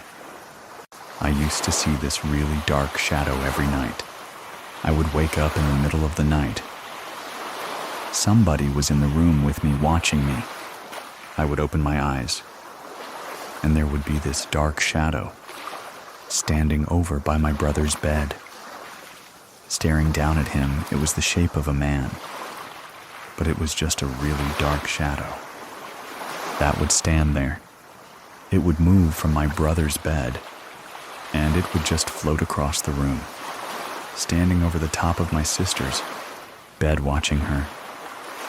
If I felt myself waking up, I would keep my eyes closed and wait for my brother to move, or wait for my sister to move, and then I would open my eyes. Then he would be standing right by me, staring down at me, watching me sleep. I was so scared I would take all of my stuffed animals, put them all the way around me, and then I'd take the biggest stuffed animal that I had, and I'd put it right over the top of me and tuck it in to make it look like. The stuffed animal is the one sleeping in the bed, I think around in my teenage years, we moved out of that house, and I didn't have any other experiences growing up until later in life when I met my husband. We had all of our kids at that time, and he was stationed in the Air Force, and he got deployed to Iraq, Afghanistan. He got deployed to Korea for a year. One of the funny things about me and my husband, we were really into the TV show Ghost Hunters. There was this one episode where they went to the Stanley Hotel.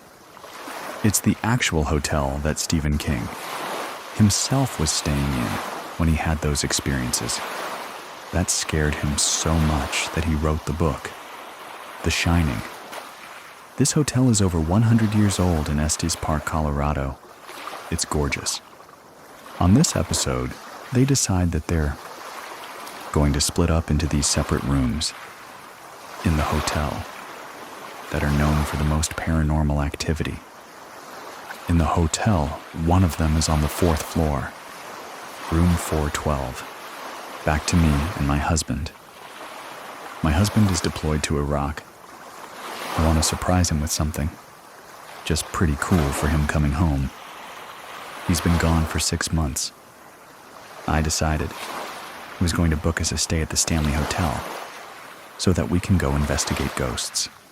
I decided to book that exact room 412. We drive to the Stanley, and you walk into this hotel, and there's this big staircase.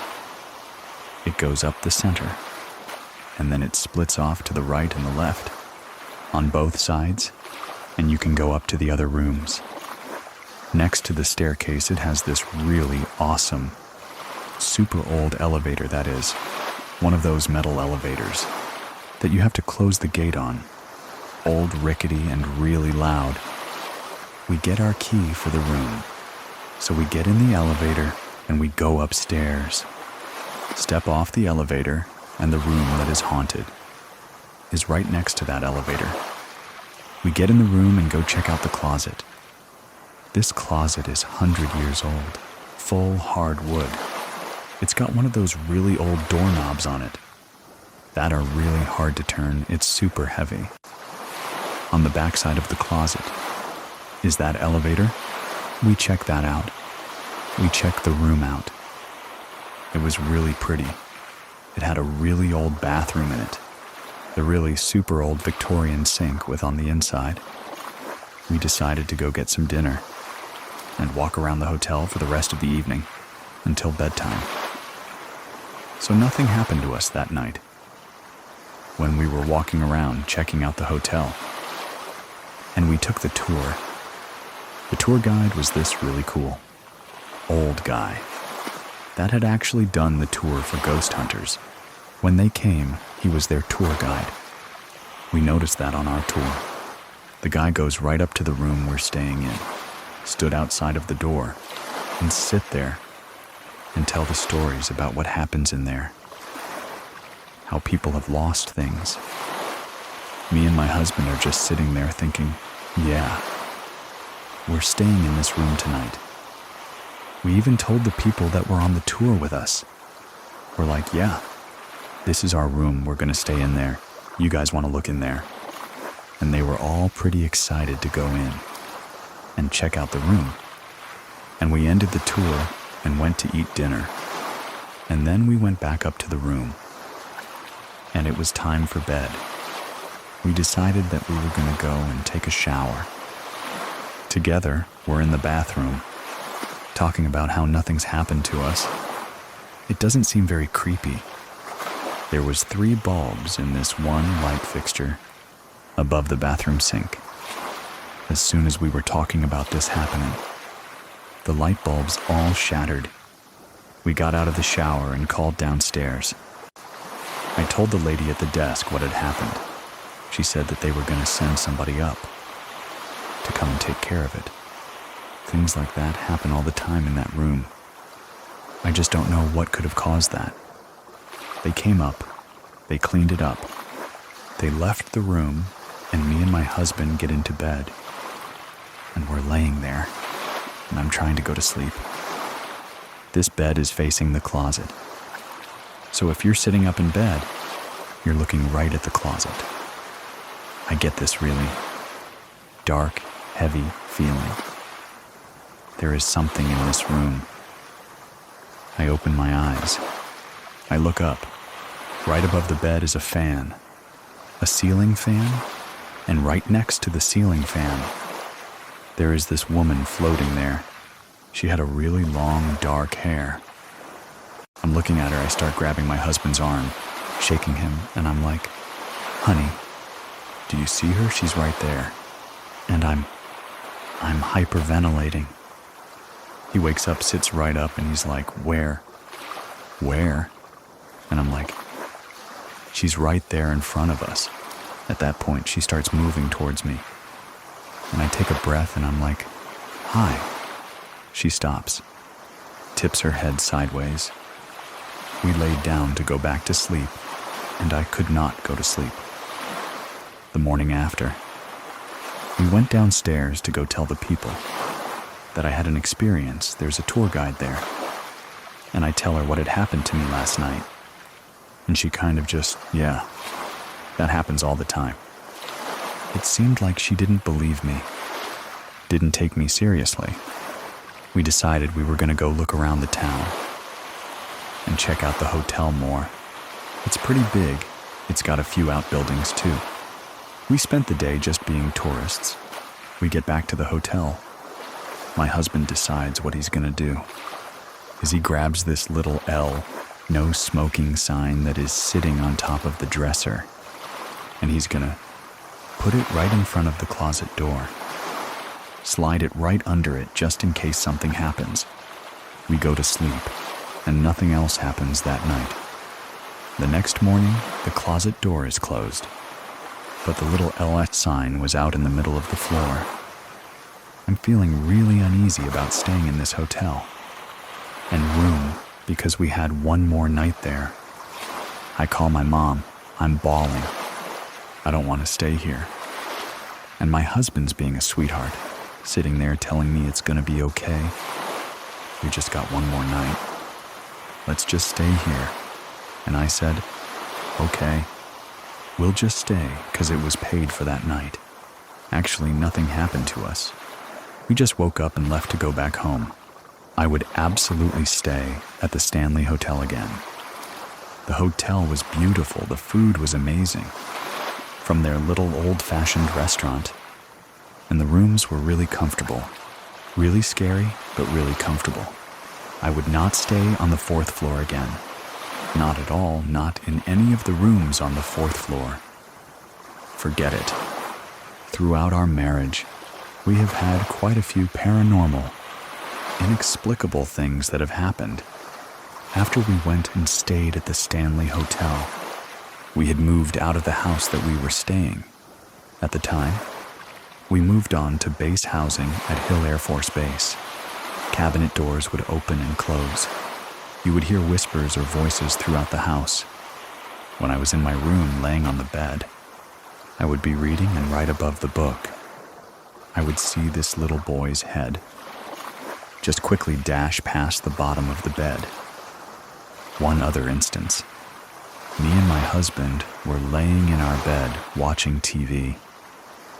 All of a sudden, all of the stuff that was in there, our bathroom, fell off of the shelves into the bathtub.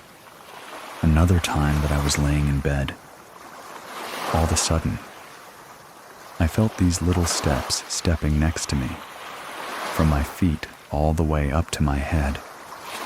And I turned and I looked, and there was nothing there. We decided that we wanted to name this little ghost.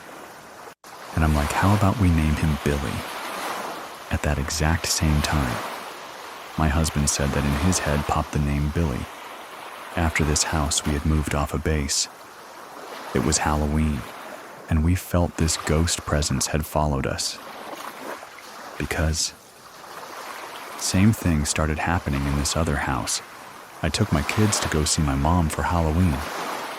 While we were there, I was on the phone talking to my husband, and all of a sudden he says, there was a little boy that just ran across the floor, down the bed, out of the corner of my eye. The kid ran across the room. We're sitting there talking about it. And then all of a sudden you hear in the living room the sound of one of my Halloween decorations go off. This Halloween decoration, it was broken. The motion active part of it was busted.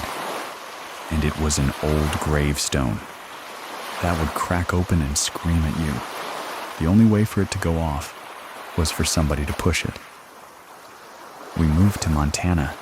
We had a bunch of things happen in that house. My children saw these things. My son Lincoln, he is very sensitive. A couple of days ago, I was in my room. My son's girlfriend. I was going to show her something on my phone.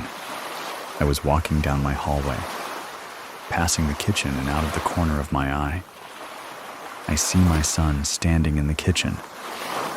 In front of the sink, his back was to me. I thought, okay, I'm going to go show Lincoln first. When I turned to look into the kitchen, he's not there. He is not there. There is nobody there. He comes walking in through the family room.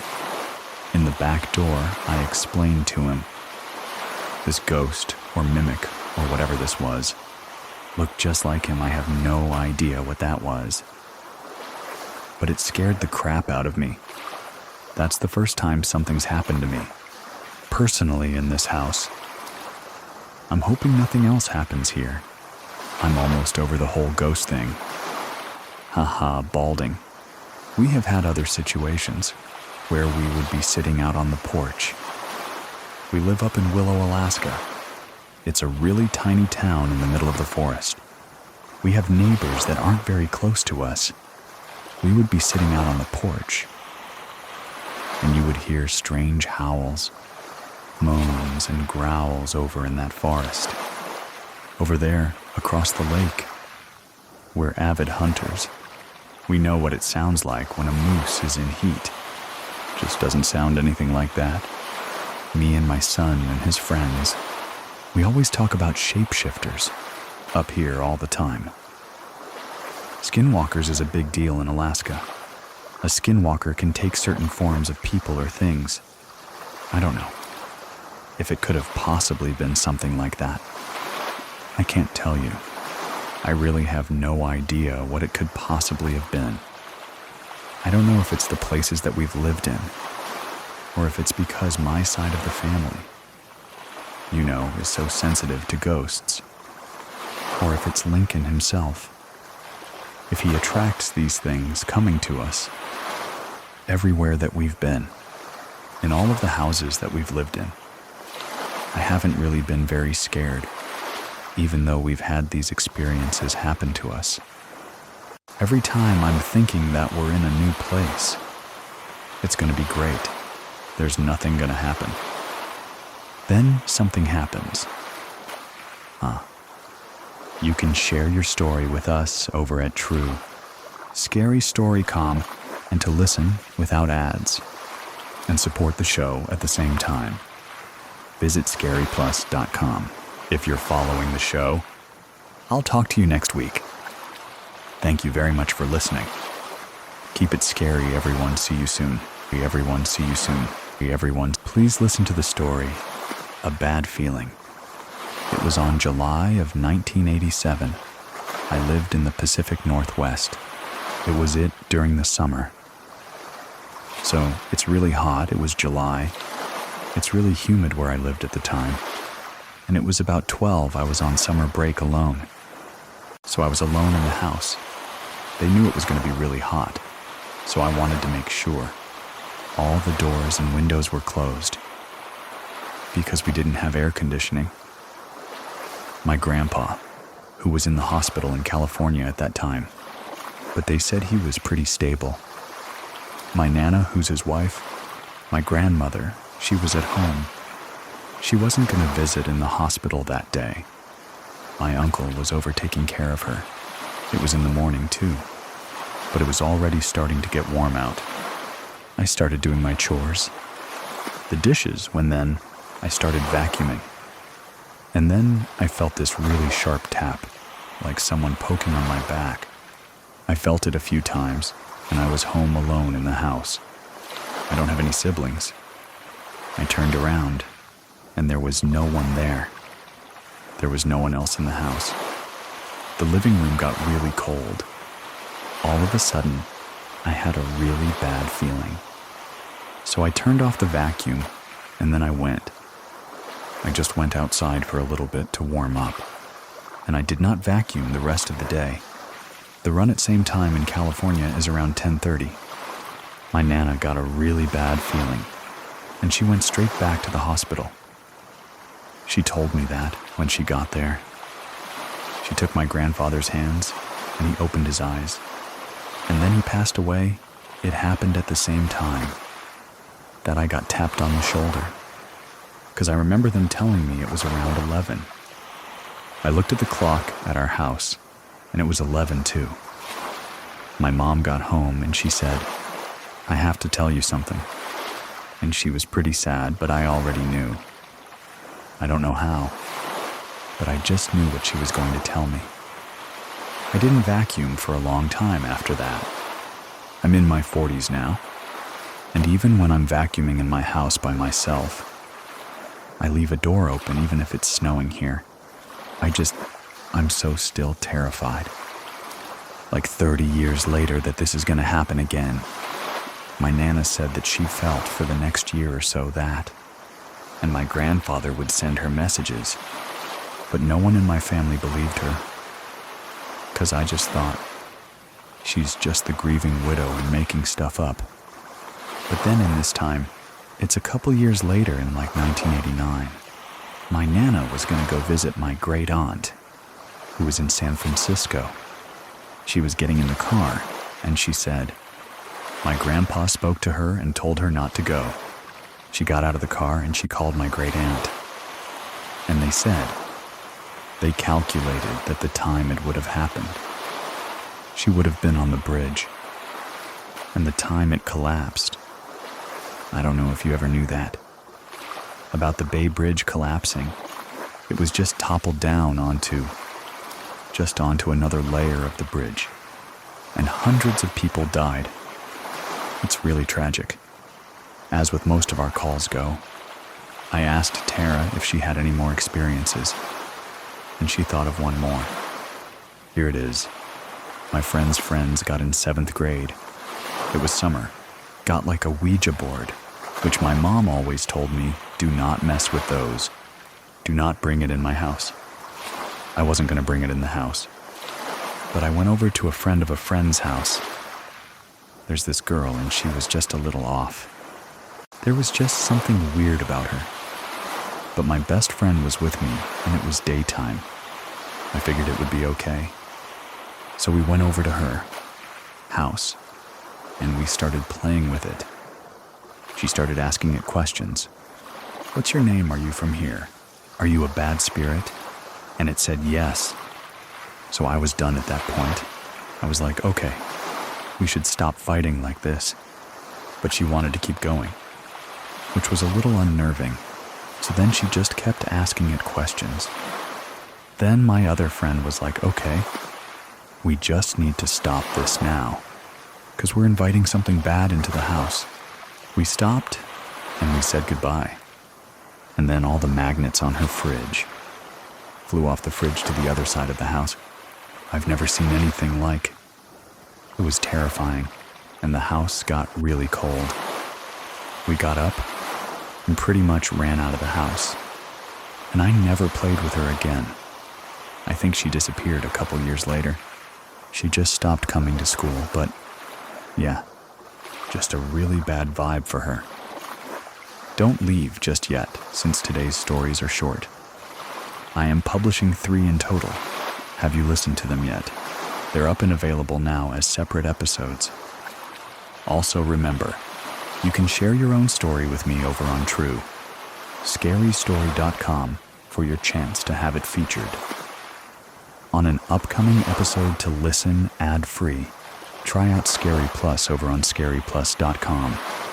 Completely free for 14 days, and then $4.99 a month, and you can cancel whenever you want. Thank you very much for listening. Keep it scary, everyone. See you soon. Please listen to the story, The Girl with Black Hair. My story begins after my parents' divorce. They wanted to co-parent and live in the same house. They decided to move to a new city in Valencia, Venezuela, around 2006. 2007, we finally settled in this house. That was really close to my new school. This house was inside a gated neighborhood. Our house was the last one on the street and had a koi pond, a huge tree in the entrance that made the house look more shaded. It was a big, one-story house with 5 bedrooms and 4 bathrooms. Right when we came inside, the house gave me a really weird, creepy vibe. My room was next to my dad's bathroom and bedroom. My dad's bathroom had a big, cool shower that had glass doors. There was no roof, only a mesh roof. But a still rainwater and small leaves will get inside. Sometimes I really like taking showers there. I had to get inside my dad's room to use the bathroom, and I always felt like there was a really welcoming, bad vibe in his room. It was always the coldest room in the whole house. I didn't like being in his room because of that. I used to enter and leave in a rush every time I use his bathroom. When we moved, we had some boxes and things in the studio go missing. My mom couldn't find an error again. My mom and my siblings started seeing black shadows. In different parts of the house, we always have the feeling of being watched, and an unwelcome feeling. There was this day, I was in the studio using the computer. You could see the studio through a window. In the living room, my brother was in the living room when he saw a man behind me, watching what I was doing. One afternoon, I was in my room, doing my homework and listening to music. Suddenly, I heard someone pounding with their face on my window. Really hard. I was really scared. I was frozen for a moment, until I thought maybe someone was breaking into the house. It had happened before I opened the window, but I didn't see anything. I decided to look in the backyard, since you could see the backyard from my window. I saw a woman running really fast to her right. She had long hair. She was wearing a long dress. She was translucent. There was this time that I was checking myself in the mirror instead of seeing my reflection. I saw someone else. It quickly disappeared. I stayed in the house while my mom went out for groceries. I was doing my homework, and suddenly I felt someone watching me. The air felt heavy. I got really scared. But I call my mom when I call her. Someone growled really close to me. I ran and waited outside my house until my mom arrived. Another time I was in my mom's room, when suddenly I had chills on my whole body, and I felt someone scratch my arm. I experienced a lot of sleep paralysis in this house. My sister also had a few experiences in this house. She was in her room with her family dog when he started growling and barking. My sister saw a girl with black hair and white dress walking around and disappeared quickly. During a thunderstorm on this day, my sister was in the bathroom, and when she stepped out, lightning struck nearby. The lights dimmed, and when it came back, she saw the air again. There was a fire that occurred once. For some unknown reason, luckily, a gardener and other neighbors helped, taking the fire down. After all these occurrences, we had a friend whose aunt read tarot cards. I was really skeptical when she read mine. She said there was an evil entity sent from an ex-girlfriend of my dad. She was a Santara. She sent evil spirits to keep us away from my dad because she was jealous of my mom, my sister and I relationship. And there was one spirit that was in love with my dad. They also mentioned that I had a third eye, and I was able to feel more of these paranormal activities. A few months later, we have to move out because our lease had ended. We moved to a new house, which was a relief. But things didn't stop. My mom was in the kitchen. She saw this girl with black hair and white long dress. She thought it was me, and she was asking her to put away the groceries. But she ignored her and then disappeared. I was always a target when I was doing my homework. This time, the girl walked in the hallway in front of my room and quickly disappeared again. It's another time that I was really upset.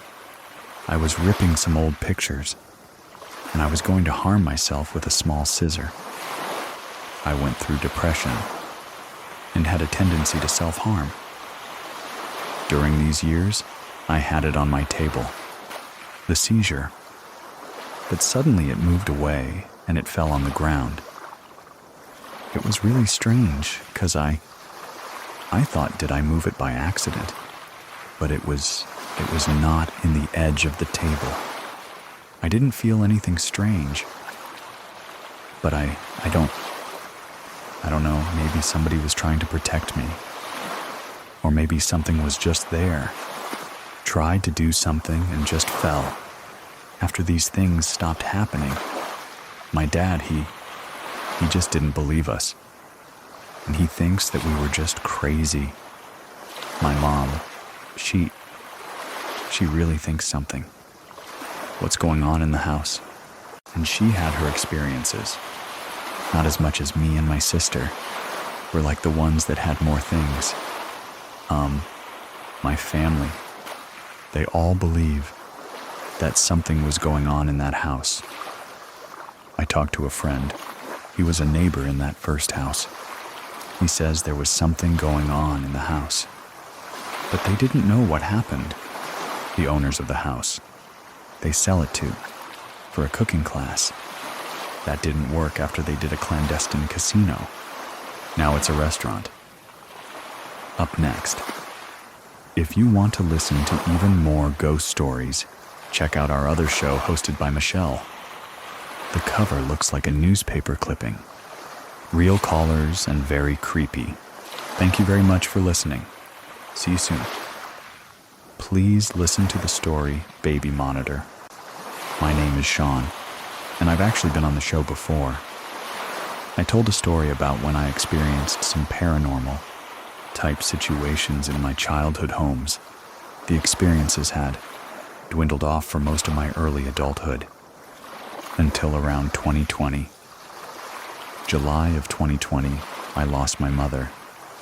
Shortly after the COVID pandemic had started to peak, my mother took a turn for the worst and passed away unexpectedly. Shortly after that, I found out that I was pregnant. This was not something that me or my boyfriend had planned. It was very unexpected. And I kind of took it as a gift, kind of from my mom, because we had been talking before she passed away about how excited she was at the idea of becoming a grandma. And I told her, I don't even know if I can have kids. So we'll see what happens. And then, shortly after she passed away, I found out I was pregnant. We were in a one-bedroom apartment at this point. And we decided that it was time to try to find ourselves. Actual house, a space where we would be able to grow as a family. And I started house shopping. We were looking for houses for months. But then, one came on the market. That happened to be on the same street that my childhood home that I had originally experienced.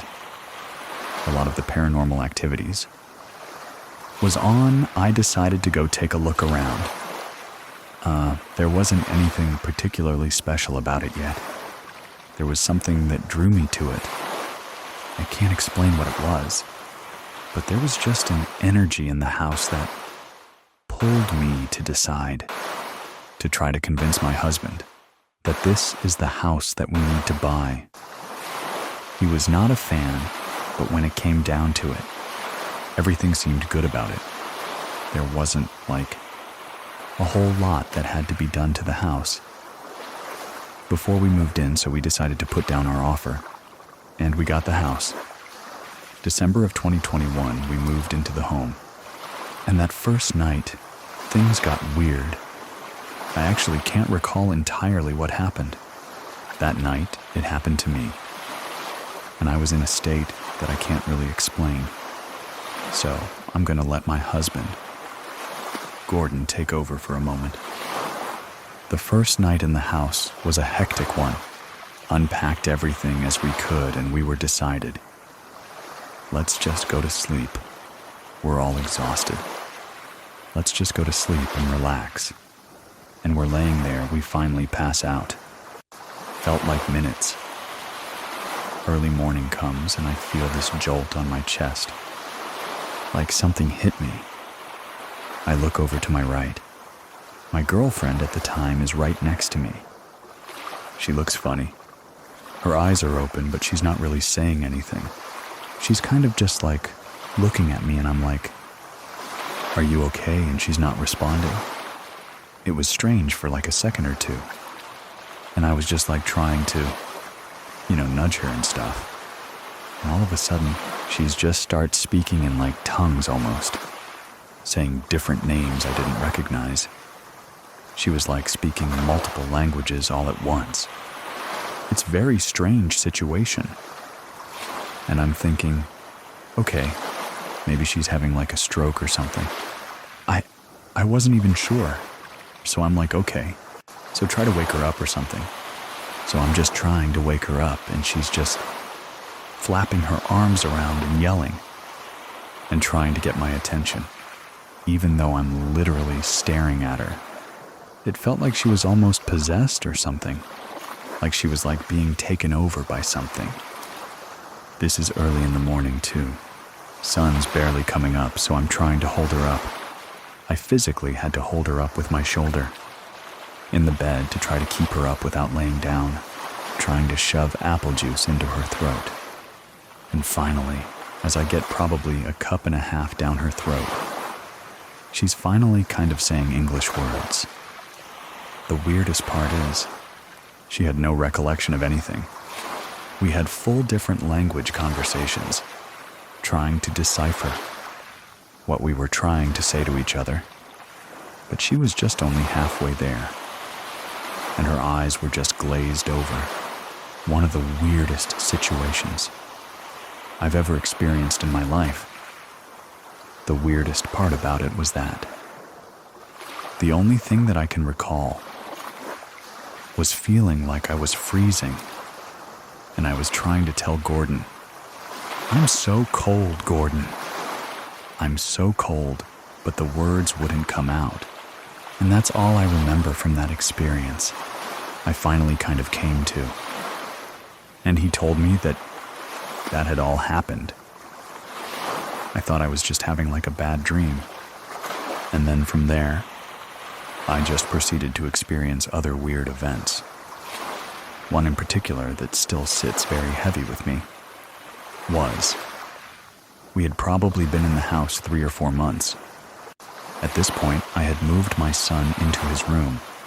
He was around 8 or 9 months old, and that was really hard for me. Because when we were in the apartment, we had one of those side-sitting cribs, and he was right there next to me. And the doctor was like, "Well, you need to get him in his own room, in his own crib, and just being in this new environment." It was difficult for me. So there were a lot of nights where I would wake up very easily from like the slightest noise, the slightest creak in the floor, anything like that. And my husband is the complete opposite. He could sleep through an explosion. One night around the summertime, we were sleeping, and I was woken up very abruptly by a large banging. Sound like something had fallen downstairs. I didn't get freaked out too much at first. I assumed maybe one of my pets knocked something down. We have a couple of cats and had a dog at the time. But then, I heard footsteps coming up the stairs. They didn't sound like paws or anything like.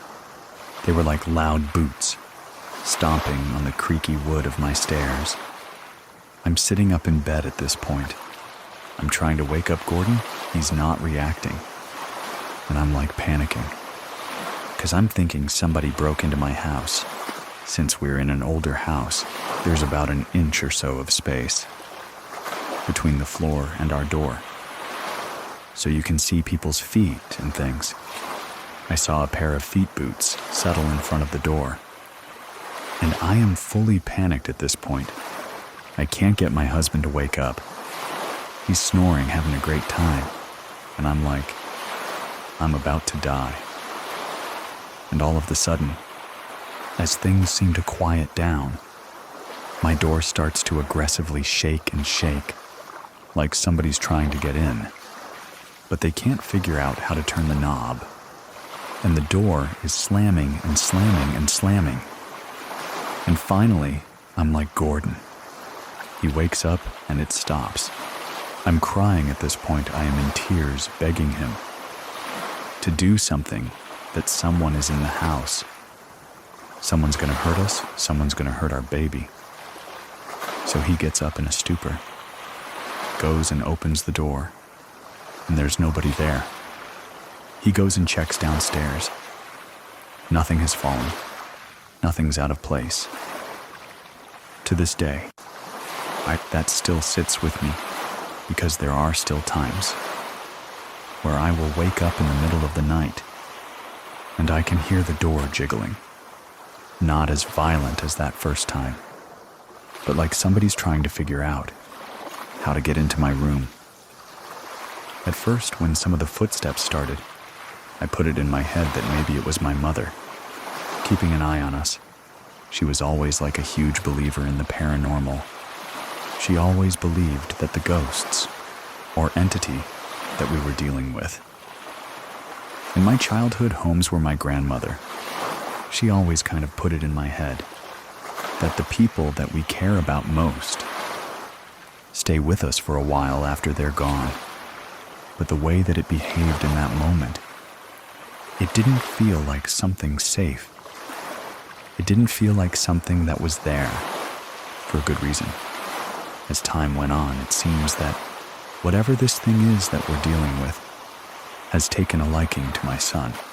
So, Alec, my son turned 1. He was just learning how to talk, and he would just like giggle and kind of like whisper to himself in bed. We didn't think too much of it at first, until one particular night. We have this video baby monitor that, when a sound goes off, it'll turn the video on so that you can see into the room. We had it at the time face down right, so that we could see him in his crib. This particular time, the monitor turned on and I just heard like a grumbling. I couldn't figure out what it was at first. I thought maybe it picked up, like the air conditioner or something in his room. But it was kind of like a brah, brah, brah kind of sound. So I went to look at the monitor, and I see my son just sitting up in his crib, talking to the wall. He's giggling and whispering and having a babbly conversation with something in the wall. And at this point, he wasn't old enough to really be talking so I couldn't ask him about it. But this was something that continued to happen for the last 2 years, where the monitor would pop on and he's sitting up, sometimes asleep, sometimes not talking to someone or something. One particular night when he was around 2.5, he was in a twin bed that we have in a frame that's like on the ground, because we didn't want him to fall out of bed. And this night, the same kind of thing happened where the monitor turned on. There was a weird, scratchy, grumbly sound, and when I went to check Alec, my son was sitting up in the middle of the bed, just staring straight ahead. And I'm looking at him, and I see the room is dark. And yet there was just in the corner of his room, behind his bed, there's just this giant black figure. and I'm thinking I'm seeing things at this point, and I'm getting ready to go up there. I put one foot on the step, and my son looks up at the camera. He goes, "Mommy, Mommy." In that moment, the darkness disappeared, and he just laid back down and went to sleep. I was just frozen on the stairs, not sure if I actually saw what I saw. It's unsettling, because I don't know if whatever this thing is friendly, if it's got a motive, or why it seems to suddenly be attracted to my son. My son's obsessed with ghosts. I'm not sure where he even got the knowledge of ghosts. He asks my husband to play ghosts with him every night. He wants him to put like a sheet over him and go, "Ooh," and like pretend to be a ghost. No idea where he even learned that word. Just this morning, I went in to get him to go to daycare, and he gets up and he goes, "Mommy." Guess what? My friend did exercises with me after Daddy left. I was like, "Who's your friend?" And he just goes, "I don't know."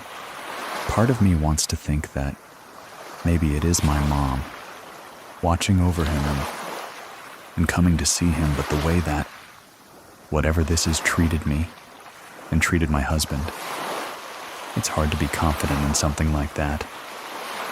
There was a time recently, Alec was in the living room playing. We were cleaning up the kitchen.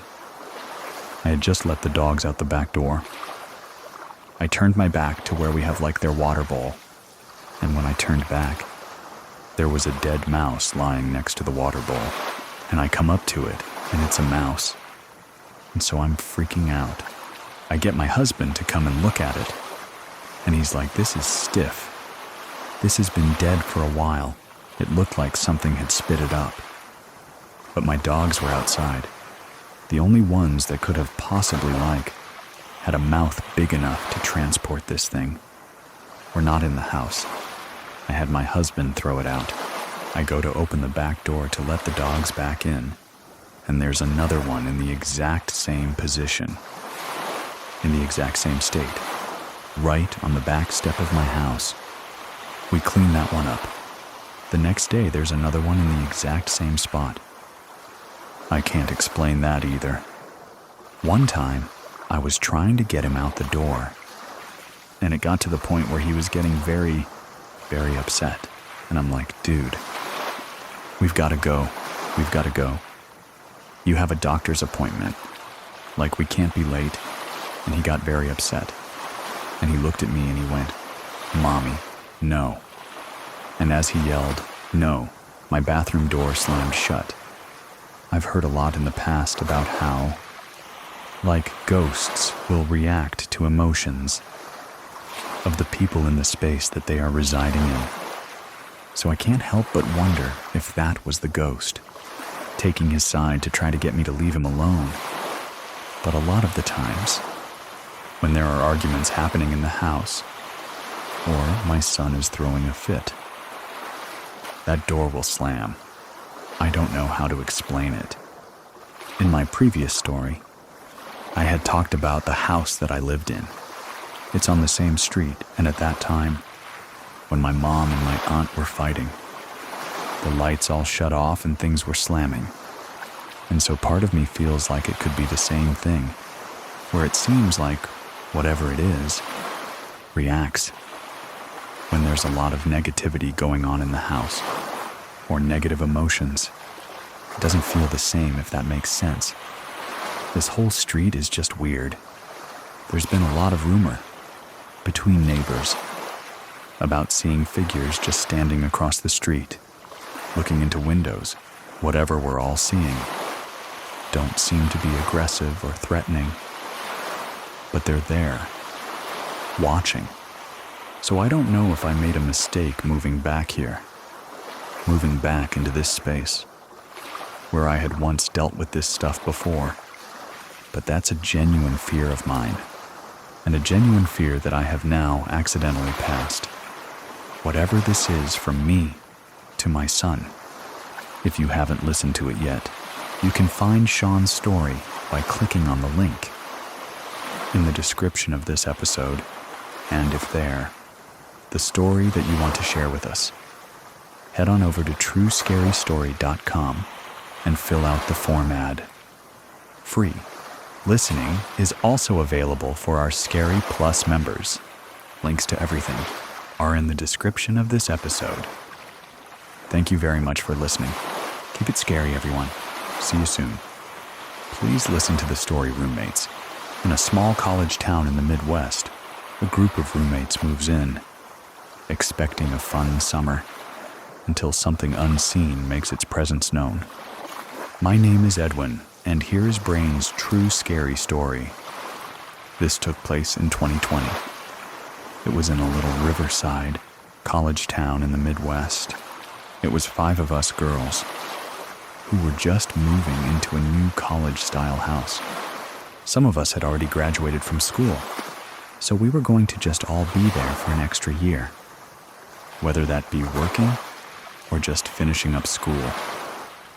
One of the girls of the house that we were moving into had already lived there for a few years, and we were all friends with her.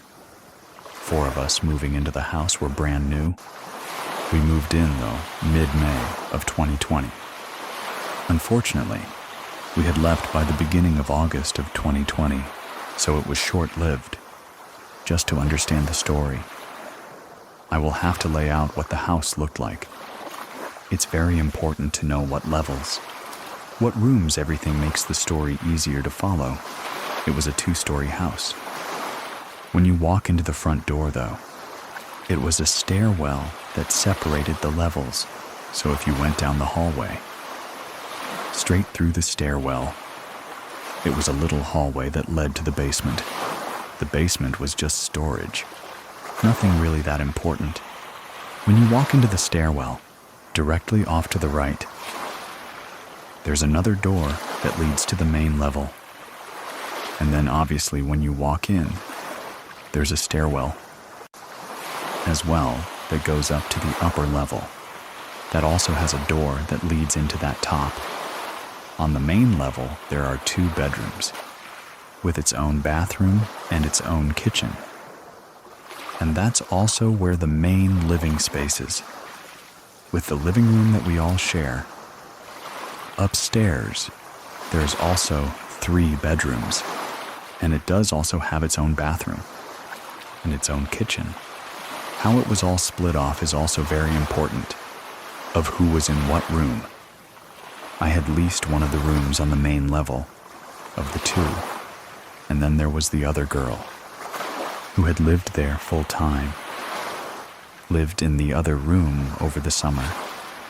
I had another job back in my hometown, so I was going to be traveling back and forth.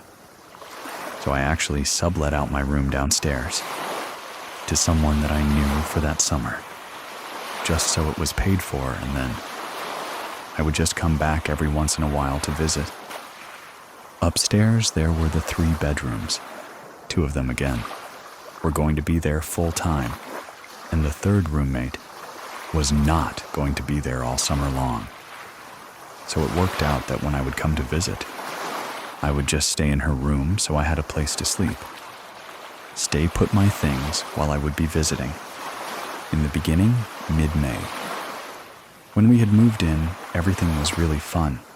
It was the beginning of 2020, obviously. So COVID was hitting. We didn't have a lot of options of things to do, so we spent a lot of time together. We watched movies and played games. One of the girls had access to the rooftop from their rooms. We would sit out there and listen to music.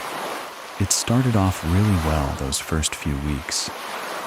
The subleaser had moved into my room at the end of May, so I had gone home to start my job. A few weeks later, though, I had come back to visit and was staying in the room upstairs. The girls had mentioned some weird things happening. Nothing had really been off. No weird occurrences had happened with the tenants that lived there before, and we all knew them so. This was very strange that these things were happening. It started very small. That night, all of their doors were closed. So the 2 girls that were living there as well as the empty room. All of the doors were closed. At night, when they would sleep. The girls stated that when they were sleeping, either trying to fall asleep, or they'd wake up in the middle of the night from it. They would hear humming coming from the hallways. They didn't specifically say if it sounded like a specific song, random little humming noises. That would be coming from the hallway, and then just go away and randomly reappear. The door to the empty room they did also keep closed. When they would wake up, the door would always be open. The weird thing about this, though, was that door was particularly hard to open and close, so it wasn't wind or something we could rationalize off. What would open that besides someone actually physically opening it themselves? Something that we still don't understand to this day is the only room in the house that has a padlock on it. Don't know why it was there. We don't know who had put that on there. And eventually, we did start. Sing it when the door wouldn't stop opening. And eventually, closing in the middle of the night. At that point, things were still fairly new. We were rationalizing off those little occurrences that were happening, but it just felt heavy upstairs. Whenever I'd walk around, I would creep around the corner first, or walk really slow, like I felt like I had to establish and see everything in the space before I would feel comfortable walking into it. I just was so curious. I felt like something was seriously watching me all the time, no matter what room I was in. Bathroom, kitchen, it was bad. One of my first real experiences was while I was taking a shower. A lot of these events happen so fast, and it's really hard to always remember the order of operations. But this definitely happened towards the beginning, when I was in the shower again. It was the same feeling of being watched. I kept looking outside the curtains, and I know sometimes you do that when you're alone, and you kind of a little paranoid. But I seriously was looking out very frequently, looking behind me. I felt a little tickle on my neck, but I was again trying to rationalize that, saying, I'm in the shower. The water's running on me. I'm washing my hair. But I tried to end of that shower as soon as possible. Once I got out, I did bring up to the two girls that lived upstairs when they got home that I took a shower. And it felt weird, you know. I felt like something tickled me. But I think I'm just overreacting. They looked at me and they said, "Oh, we don't shower alone. If someone's taking a shower in there, they leave the door open, or someone's sitting on the toilet next to them. Because when they're in the shower and they're alone, or no one's near them, their hair will move. Like someone's picking up their hair, picking at it or rubbing their back. The shower, and this also happens to the sink, will just turn really hot, scalding hot all of a sudden, and they'll just kind of jump out of the water. They just will not be alone in that room." Their reactions when I had told them about the shower, and when they were explaining to me, you know, how they don't shower without someone with them. It seemed more matter of fact, like it was happening so often that they were like, duh, why would you shower alone? I was freaked out, and they were freaked out by all of the occurrences. But that was just something that had happened so often. I think they were just, unfortunately, used to it at that point. We were having a lot of fun together, so we kind of put up with it for a while. And they just brushed that off until it started to get worse. This only happened upstairs, so the girls downstairs really didn't experience anything. I'm not quite sure if they believed the girls upstairs, but I experienced it myself. With all of these things occurring at night, with the humming, the door opening, we started sleeping with our lights on. We tried to rationalize that. Maybe if we left the lights on, it wouldn't do those things. We'd trick it to think we were awake. One of my roommates in particular, Megan, had the typical college lights, the sticky lights that are around your ceiling, and you have a remote that turns them on and off, and they can change color. The lights would turn off, so you would try to keep the lights on to sleep, but they would just randomly turn off. She kind of tried to experiment with it and move the remote that she had under her, or sleep with it under the bed. For some reason, if something's touching it, it can't. But she had done this, and the next morning, she woke up and the lights were turned off, and she had looked and the plug from the wall had actually been ripped out. Something had physically taken the plug out of the wall because it wasn't able to access the remote. But she had to turn the lights off. That also happened in the room I was staying in. It was controlled by a remote. And it even was happening when we were moving in. We just thought, oh, these lights are broken. Why do they keep turning off?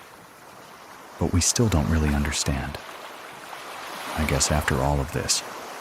But we think it might be related to what was happening in Megan's room. But we're not quite sure. At this point, we don't know what's going on. We have an inkling that it's maybe something messing with us, but we don't really know. We haven't seen anything. It's all been things that we've been trying to rationalize. Maybe bad plumbing, maybe bad electrical, maybe the house is moving, so the door is opening. But then, it started to become more frightening and obvious. My one roommate, Sarah, was targeted by these scary things, a little bit more than others. One of them was she was up in her room doing homework, watching TV, and she had randomly heard blood-curdling scream coming from downstairs. Just horrible screaming. Thought someone was injured. So she ran out of her room, ran down the stairwell, burst into the living room, and then went and checked on the roommates to see what was going on, and both the subleaser, as well as the other roommate that lived downstairs, were both just chilling in their room, watching Netflix, not doing anything. No noises, nothing. So that happened multiple times. You would be upstairs and just hear noises downstairs, and nothing would be there at all. We all had very vivid dreams as well. I was staying in the room that had the padlock on it. It was really hot, so I had a fan on. I had my laptop up playing some kind of show on Netflix. I was trying to fall asleep. And I did turn the lights off. My leg was sticking out from under the covers, and it felt like something was kind of tickling my leg. But again, I tried to rationalize. Maybe it was the wind of the fan, with maybe some leg hairs. I don't know, I tried, and then all of a sudden, it kind of became like scratch. So I immediately sat up, and I didn't even think to turn on a flashlight or turn on the room lights. I took a picture with the flash. I was going to send it to my friend, who was actually leasing that room, and I was going to send her that picture. And I looked at it, and there was a red scratch mark and a bruise, and kind of a little hole in my leg in that part. I don't remember there being a bruise there before. I don't remember there being a red mark. It looked like there might have been a scab on my leg. That was kind of ripped off. But it scared me enough that I turned the lights on and was trying to sleep with the lights on again. Somehow that night, I did fall asleep. My first dream was me having a lake day with my family. We were all swimming in the lake. Some of us were outside on the dock, but most of us were swimming. All of a sudden, the lake had turned black. Everyone's eyes had turned black, and they just all had a blank stare and were going underwater. The family members, including me, who did not do that. They were trying to swim underneath their feet and pull them under and drown them. And I remember in my dream taking a t-shirt and trying to cover my feet so, I wouldn't get pulled down. Then all of a sudden it snapped, and I was in a field. It was a big, open, green rolling hills field, and I was standing there with a goat that was on its hind legs. Somewhere in this, the goat had assaulted me. I then woke up because I had wet the bed. I have never wet the bed before in my life. Adult life, middle school childhood. I even called my dad to ask. I said, "Is this a habit that maybe I'm reverting back to?" And he's like, "No. You never did through my college years. Never." Obviously, I was mortified. This wasn't my bed, so I got up immediately. I took all of the sheets down to the washing machine. I threw them in and I called my friend, just wanting to be transparent and let her know and apologize. And she said, wait, wait, wait, wait, wait, wait, wait, back up, back up, she said. What was in your dream? And I had mentioned the dream. And she said, Bryn, do you not realize that the goat is an animal, representative of the devil? And I processed that. I said, yeah. You're correct saying that. So from that night on, I never slept in that room again. I moved all of my things downstairs, and I slept in the living room. Even in the living room, though. Even though there was no really occurrences downstairs, the dogs that were my roommates would still bark at dark corners randomly. They would bark at the door that led to the stairwell. They would just bark at it incessantly at random, although those things would happen again. I didn't know if that was just dogs being dogs, but I felt a lot safer downstairs. But yeah, after that, nope, never slept in that room ever again. And I don't think anyone else has. None of our roommates have. At some point during all of this, I was at my hometown, and Megan, my roommate, had told her mom, and her mom was concerned enough that she called the medium to try to come in to see if she could help. When we were telling the medium about what was happening, she said that it sounded like there might be two things there. She said she would be willing to help. And she did say, I want to do a drive by the night before, just to get a feel for the house, before I actually come in. She did a drive by and by the morning. She had blocked all 3 of their phone numbers and never got back to us. So at that point, we were kind of just on our own. We also did a lot of research on the house and couldn't find any dirt on the house. We couldn't find anything about any kind of weird offense, any crimes. The house was right next to a Lutheran church, so we have no idea if that had anything to do with it. The house was also under construction. On the external parts of it, they were doing new windows and new walls, so we were just trying to grasp at any, maybe, reason why these things would have happened to us, and no one else. Unfortunately, things did not get any better. They actually got more physical again. I had mentioned that I had a bruise on my leg.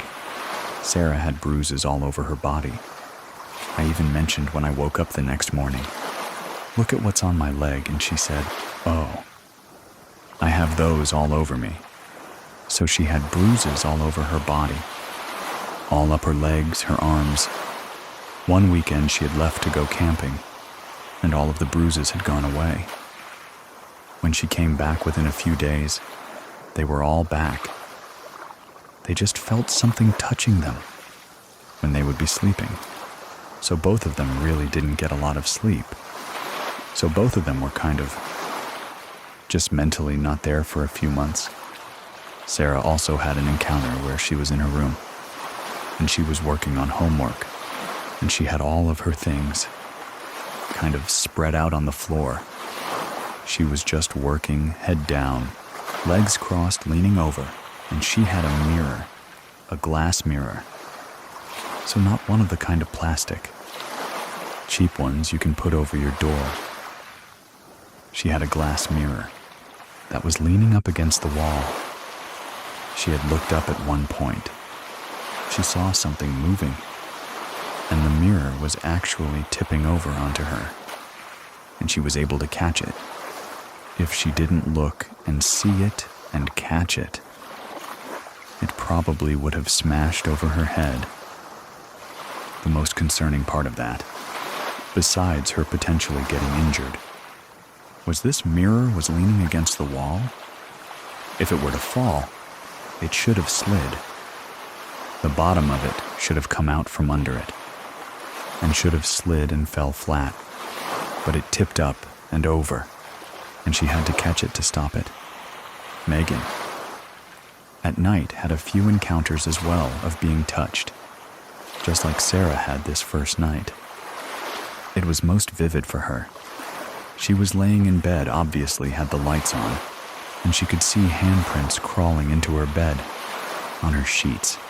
Once they got close enough, she could feel the pressure of the blankets getting tighter around her and on her. That happened more than one occasion. Soon, it started actually showing itself, but we still don't know what this thing really was. Megan one night was asleep. She had woken up because she heard something in the corner of her room. She sat up and looked, and there was a little boy standing in the corner of her room, just looking at her. She described him maybe as like 6 years old. Didn't really get enough of a look to get outfit or anything, but definitely saw a little boy standing in the corner of her room. She looked away, and it wasn't there. The door at the top of the stairwell, it started moving in the middle of the night, and opening and closing and knocking. Someone would be knocking at it, so they would start locking it when they would be home, or when they would be sleeping. And you'd have to use the key to get into the upstairs. Even when they locked it, the knocking still continued. But they started hearing, like someone trying to get in with a key. And one time, they actually came home, and Sarah had seen some kind of little boy moving around the key that had been in the door, and then it had gone away. So they had seen this apparition of a little boy multiple times, but again, the medium had said that it seemed like there might be multiple things, and these things were scaring us. It was like meaning to make us feel uncomfortable. So we don't particularly believe that. It might have just been this little boy trying to mess with us, all of our dreams, and just the horrible feelings we had. It felt like something might be acting as a little boy, or there might be multiple things that were there. We still to this day don't really understand why all this happened. We didn't really talk about it for a long time. I was honestly hesitant to come on and share it, because the people that lived in there before us never had anything. But ultimately, it became so overwhelming and furious, and just ultimately scary. They weren't sleeping, we weren't sleeping. I wasn't able to be in the house anymore. We all left the house by the beginning of August. We were getting subleases, and we all had different places to live. We're still not sure if. Maybe it followed one of us into the house. We're not sure if anything continued after that. We felt kind of bad about it. but it doesn't sound like anything happened to the new subleasers. But we did not disclose anything to the new subleasers. It didn't seem like it was targeting the people before, and we were so desperate to get out. I think they were a little suspicious as to why we were leaving so fast. I would be. But we were all able to get subleasers really quick, and we were able to move out, luckily, really quick.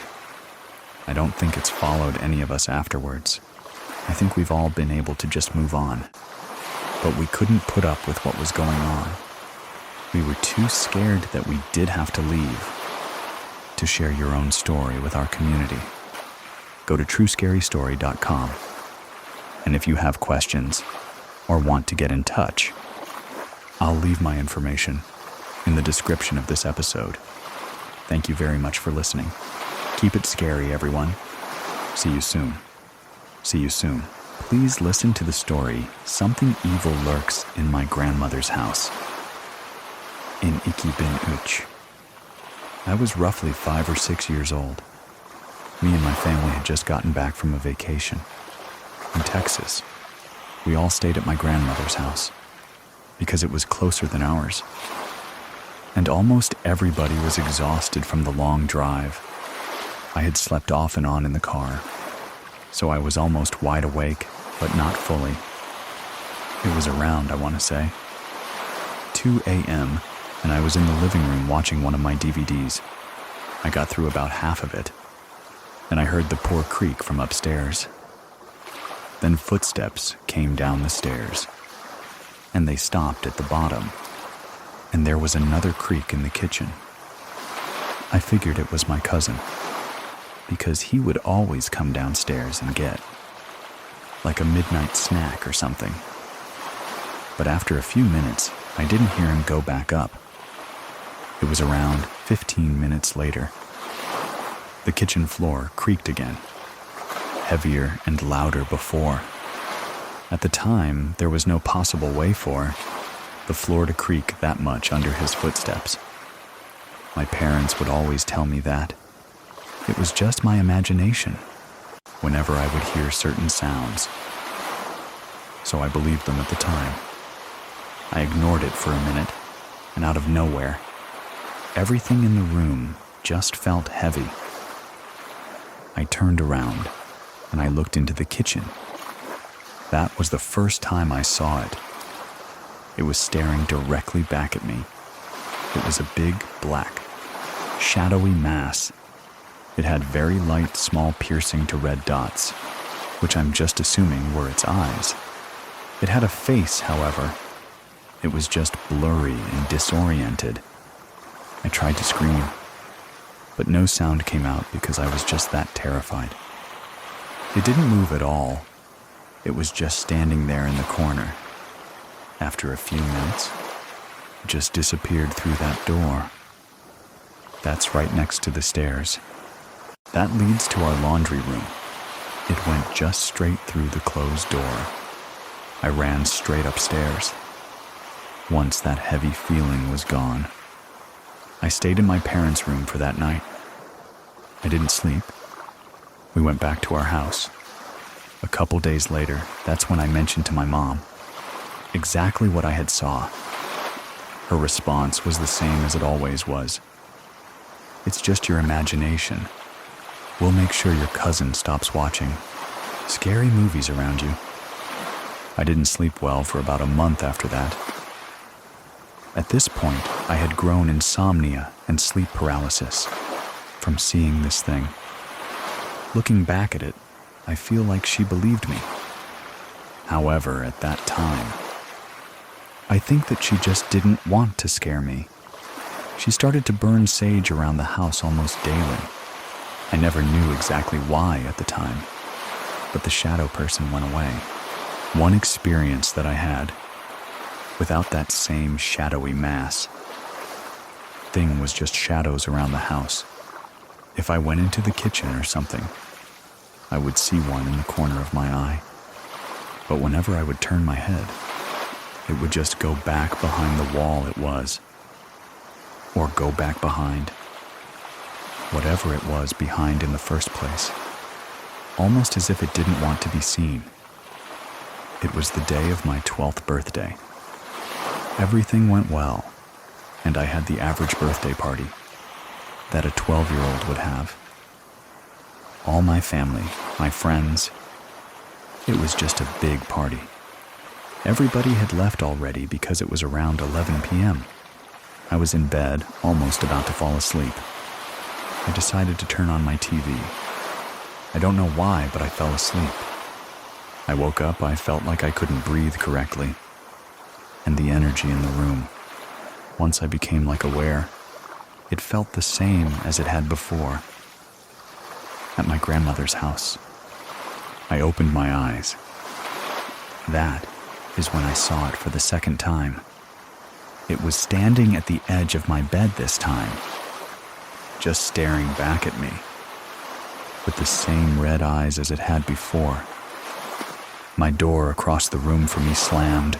I screamed and my mom rushed in. Within a matter of seconds, it was gone. My mom was yelling, "What happened? What happened? Are you okay?" Just over and over and over. And then she sat on the bed with me, trying to comfort me.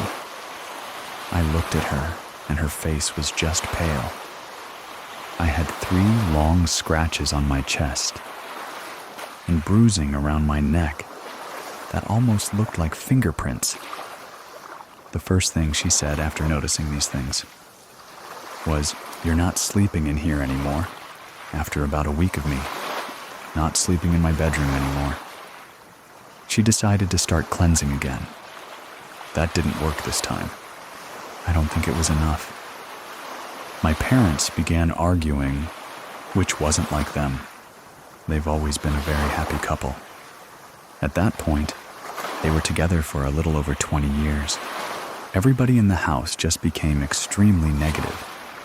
Within a few months, they had gotten divorced. I remember 2 months after they divorced. My mom had called my grandma to come over. I had no idea what they were talking about. But after that, my mom just became severely religious. She would constantly pray over me in my room. She would constantly bless the house. She was doing more sage than before. She had put up crosses everywhere in the house, and it was just a constant cycle. We continued this for months, and at this time, she got sick. It was cancer, which came completely out of nowhere, like cancer usually does. The timing of it just wound up a little bit too much. That's when she decided that we are going to need professional help.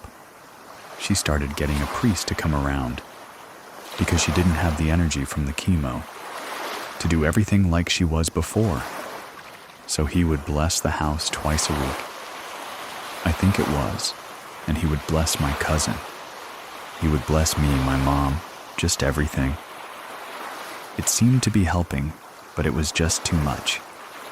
I think for everybody. And my cousin ended up moving out. He was 17. Me and my mother were still severely negative. But after he left the house, about a week after he was just back to his normal self, I was still having the same shadow. The ones that just hide when I look at them. They never would scare me. So I wasn't necessarily scared of them, because there wasn't any bad energy.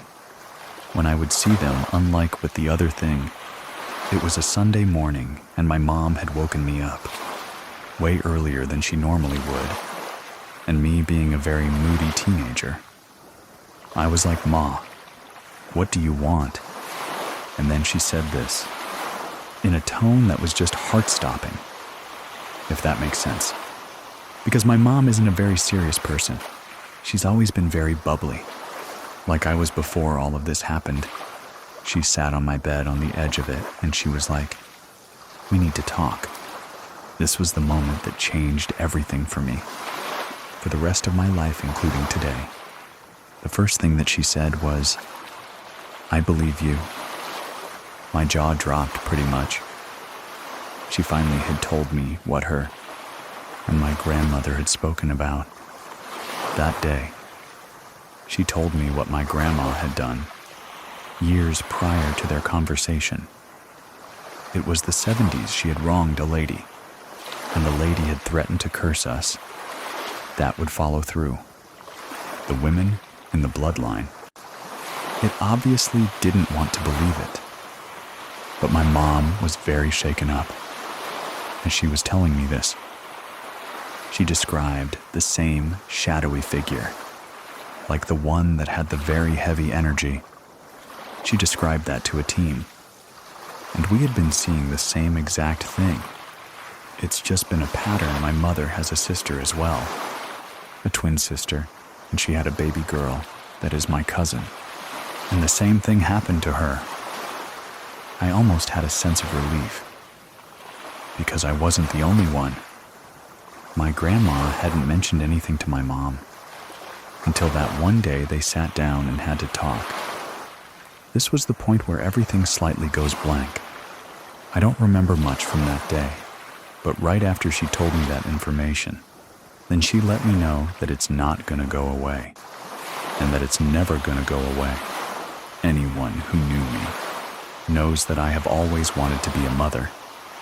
So, when my mother told me that, I wasn't going to be able to have a baby girl without risking her having the same trauma. And that seeing that same figure as us, to say the least, I was very heartbroken. After I learned that it was bloodline related, I moved out and I moved into a small house now. I'm now 21 and I am married. I still see that shadowy mass pretty frequently because I'm not cleansing the house like my mother and the priest were doing before to make everything stop. I was going to church, but that was all I could really do. So I have now come to terms with the fact that this is not gonna go away, and I'm still gonna see that same thing, regardless to what I do. Considering it's only physically harmed me once, I just don't bother with it. When I see it, I'm obviously terrified, but I feel as though it can't really hurt me anymore, because I'm not letting it.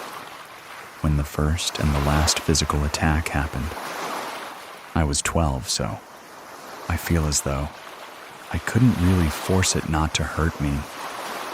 But now that I am older, and I have matured more, it just stands in the corner now. I still have minor experiences with the shadow people who duck behind the doors, but I'm still not getting anything bad from them. I think they're just lost, honestly, and they're not quite sure how to move on. I am no longer living in Arizona. I visit pretty frequently, just because my mother is here. I'm so haunted by this on a daily basis, and I hope that my story would help somebody who's going through something similar that is borderline related, would make them feel less alone, which is the whole reason why I'm sharing this. You can support the shows and stories by trying out Scary Plus or dropping some stars for us in the reviews if you liked it. Don't forget to tap follow so you get next week's story. If you want to share a story with the rest of us, head on over to truescarystory.com. Links to everything are in the description of this episode. Thank you very much for listening. Keep it scary, everyone. See you soon.